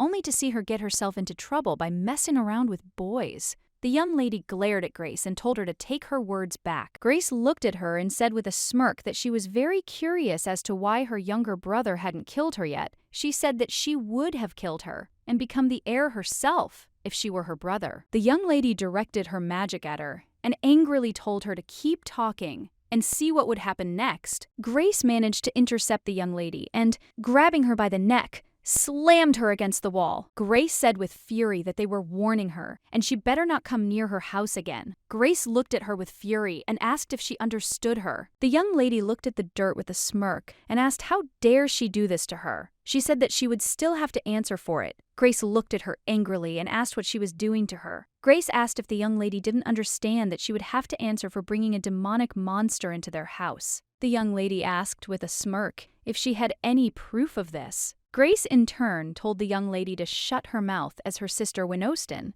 Ionel said with a smirk that she was of impure blood in her veins. She looked at Grace and said that she was no better than her. She asked Grace if she still didn't understand it. Grace looked at her and said with a smirk that, if things didn't seem fair, they could try one of her spells. Ionel glared at the young lady and told her not to think she wouldn't do it. Grace looked at her with disdain and said that of course she thought so, since she was the great and magnificent Lady Monasca. Grace looked at her and said that she might still need to remember one thing, namely, that she was on Winoston land. Grace said that she was not a merciful person at all, and if anyone attacked her on her own land, she would never let them leave alive. Ionel looked at the young lady and said with a smirk that she would see how long that precious Winoston estate lasted. Grace looked at the young lady in bewilderment. She wondered if the lady had finally gone completely crazy. Grace looked at her and said with a smirk that she would pay dearly for getting into a conflict with her sister. Grace said that she was suggesting that she worry about her future before taking care of her. Ionel looked at the young lady and said that she would bitterly regret this soon. A moment later, she used magic, and in the blink of an eye, she disappeared. The young lady opened the door and told the butler to send a formal warning to the Duke of Manaska's estate, as he needed to be told that they would show them why they were keeping their knights in the area if anyone from his family tried to contact them again. She looked up and was a little surprised, as she had not expected the butler to be gone. She looked at her sister in surprise and asked what was going on. Grace looked at her sister in confusion and asked why she was here. Katia looked at her sister intently and called her. Katia looked at her sister and asked if the young lady had left. Grace looked at her sister in bewilderment and asked if she meant Lady Ionel. Katia dropped her head in fear and looked askance at her sister and asked what it was earlier. She asked if it really was a demonic beast. The young lady looked at her sister and, sighing heavily, said that that was how it was. Kadia looked at the young lady in shock. She was very scared. A moment later, she fell on her knee in front of her sister and asked what was wrong with her. She was in shock and wondered why the young lady did this to her. Kadia was in shock and didn't know why everyone was so cruel to her. She was shaking with tears in her eyes. Grace looked at her with confusion, as she didn't know what to say. She sighed heavily and said that she felt the same way a few weeks ago, and she couldn't understand why everyone was teasing her. Kadia glared at her sister and shouted why they all had problems with her. Grace looked at her sister intently and asked if she really thought she was that important. Grace asked her if she really thought they were only cruel to her. The young lady said that was not true, and high society had always been like that. Kadia said, puzzled, that meant everyone in high society had to be a monster. The young lady looked at her sister with a smirk and said that it still took her a long time to understand this. Grace asked her sister if she had really found a way to survive among these monsters. Katia did not answer this question, that everything was happening exactly as she thought, because people almost never change. Katia was very angry, because the life she dreamed of was shattered into pieces, and her sister wanted her to serve her, but she knew that she would never do such a thing. A moment later, sitting on the ground, the young lady saw a ring in front of her. She was surprised, looked at it, and asked her sister what it was. Grace looked at her sister and said that redheads had been disappearing in the capital lately. She said that she didn't think anyone would dare to harm them, but she would still prefer to know where she was. Grace said that the heiress's jewelry has a tracking spell. She needs to know where Katia will go, so that she could at least bring her body back and bury her in the family crypt if she is killed. The young lady was very scared and did not know what her sister wanted to say. Grace looked sideways at her sister. She saw that at least she wanted to survive. Grace looked at the butler and said she wanted him to check the location of all her accessories daily with a tracking spell and report them to her. The butler bowed politely and said that he would do everything, and a moment after bandaging the lady's wound, he left her. Grace sighed heavily and said that she would go now. But suddenly, someone called her, and she looked around in bewilderment. The Duchess looked closely at the young lady and asked if she had a little time. Grace looked at the Duchess in surprise, as she did not expect her to want to talk to her. Grace looked at the Duchess in surprise and asked why she needed her. The Duchess smiled and said that she would like to offer to have a cup of tea together. Sometime later, Grace finally agreed to her proposal. Sometime later, they were sitting together on the terrace and drinking tea. The Duchess smiled and said that this tea had only arrived a few days ago. The Duchess asked if the young lady liked its aroma. Grace thought for a moment and said that the tea was not bad. The Duchess smiled and said that she was very glad to hear that. The Duchess looked at the young lady and asked how she was feeling. Grace in turn looked at her in surprise. The Duchess looked closely at the young lady and said that she had been poisoned only a few days ago. She asked Grace if she was all right now. Grace looked at the Duchess in bewilderment. She didn't know if she was really worried about her. A moment later, Grace said that she was fine and had already completely recovered. The Duchess smiled and said that she was very glad to hear this, and that it was a relief to her. The Duchess told the young lady that she should inform her if she felt unwell. Grace looked at her with confusion and asked if there was something she wanted to talk about. The Duchess looked at the young lady and said with a smile that she really wanted to ask her about Madame Moril. Grace, in turn, guessed that the Duchess had not invited her to tea without reason. The Duchess looked at the young lady and said that she did not think she should ask her about Madame. The Duchess said that, in the end, Madame had done something she should never have done to a child. Grace looked at the Duchess and said that she was not a child. The Duchess in turn looked at the young lady and said that she was still a child, and at her age, she thought that love was all she saw and she behaved like a fool because she was blinded by this sweet fantasy. Grace looked at her with a sharp gaze and said that nobles were completely different. The Duchess said that this may be true, but for them they will always remain children. Grace was confused and did not understand what she wanted to say to these duchesses. The Duchess said she knew her daughter had some dislike for her. The Duchess said she tried to stop her, but she would not listen to her. Grace looked at the Duchess in surprise, not expecting to hear such a thing. The Duchess said that it was still her fault for never punishing her. She should thank Grace for forgiving her daughter, and she truly meant it. Grace was surprised because she realized that her sister had someone who apologized for her when she did something bad. Grace knew that her mother would scold her very harshly if she did something like that. Grace said that she did not forgive her sister at all. If she did something like that again, she would not pass by next time. Grace never liked sweet tea, perhaps because tea was too sweet. The Duchess looked at the young lady and said with a smile that she had given her a chance to correct her mistakes, and that was forgiveness in itself. Grace knew that it still left a bitter aftertaste, and it was also the bitterness of envy that her sister had such a mother. But still, she would never have achieved such success if she had behaved the way she did. Here she looked closely at the Duchess and said with a smirk on her face that she heard that she had lost some memories. The Duchess said that indeed she felt better after she moved here, but she still couldn't remember what happened that night. The Duchess said she had lost all memories of her mother. At first, she tried to stop her father from being so harsh towards her mother. The Duchess said she told the Duke not to rush,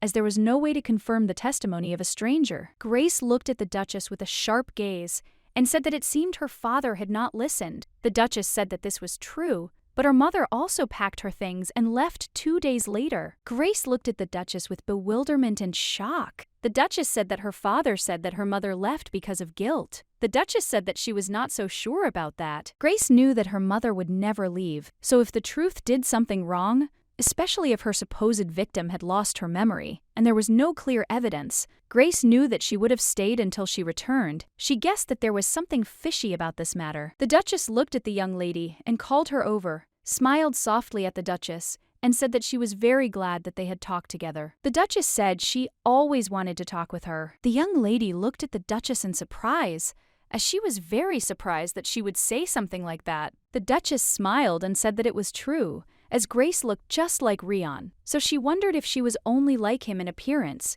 but it turned out that she was just as stubborn as he was. Grace looked at the Duchess intently, as she was not very pleased to discuss this. Grace said that, in any case, all she had heard about Madame Merrill was that she was punished according to her crime. The Duchess sighed heavily and said that she understood everything. Grace looked at the impudent genius and asked if there was anything else she would like to discuss with her. The Duchess smiled and said that there were no further questions, and thanked the young lady for her time. Grace looked at the Duchess and said that there was nothing to thank her for. She said that when the new maid came to their estate, the Duchess must learn to be strict and unyielding with the servants, that although it is nice to be close to the one who serves you, it can also upset the hierarchy in a noble house. The Duchess looked at the young lady intently and nodded, saying that she would try to do everything. The young lady politely said goodbye to the Duchess. Sometime later, the young lady was sitting in her office when a young lady knocked on her door and entered. Grace greeted Linda Dwell with a smile on her face. Linda looked at the young lady in surprise and asked if she was already awake. Linda said that it was still very early. Grace smiled and said that there was a lot of work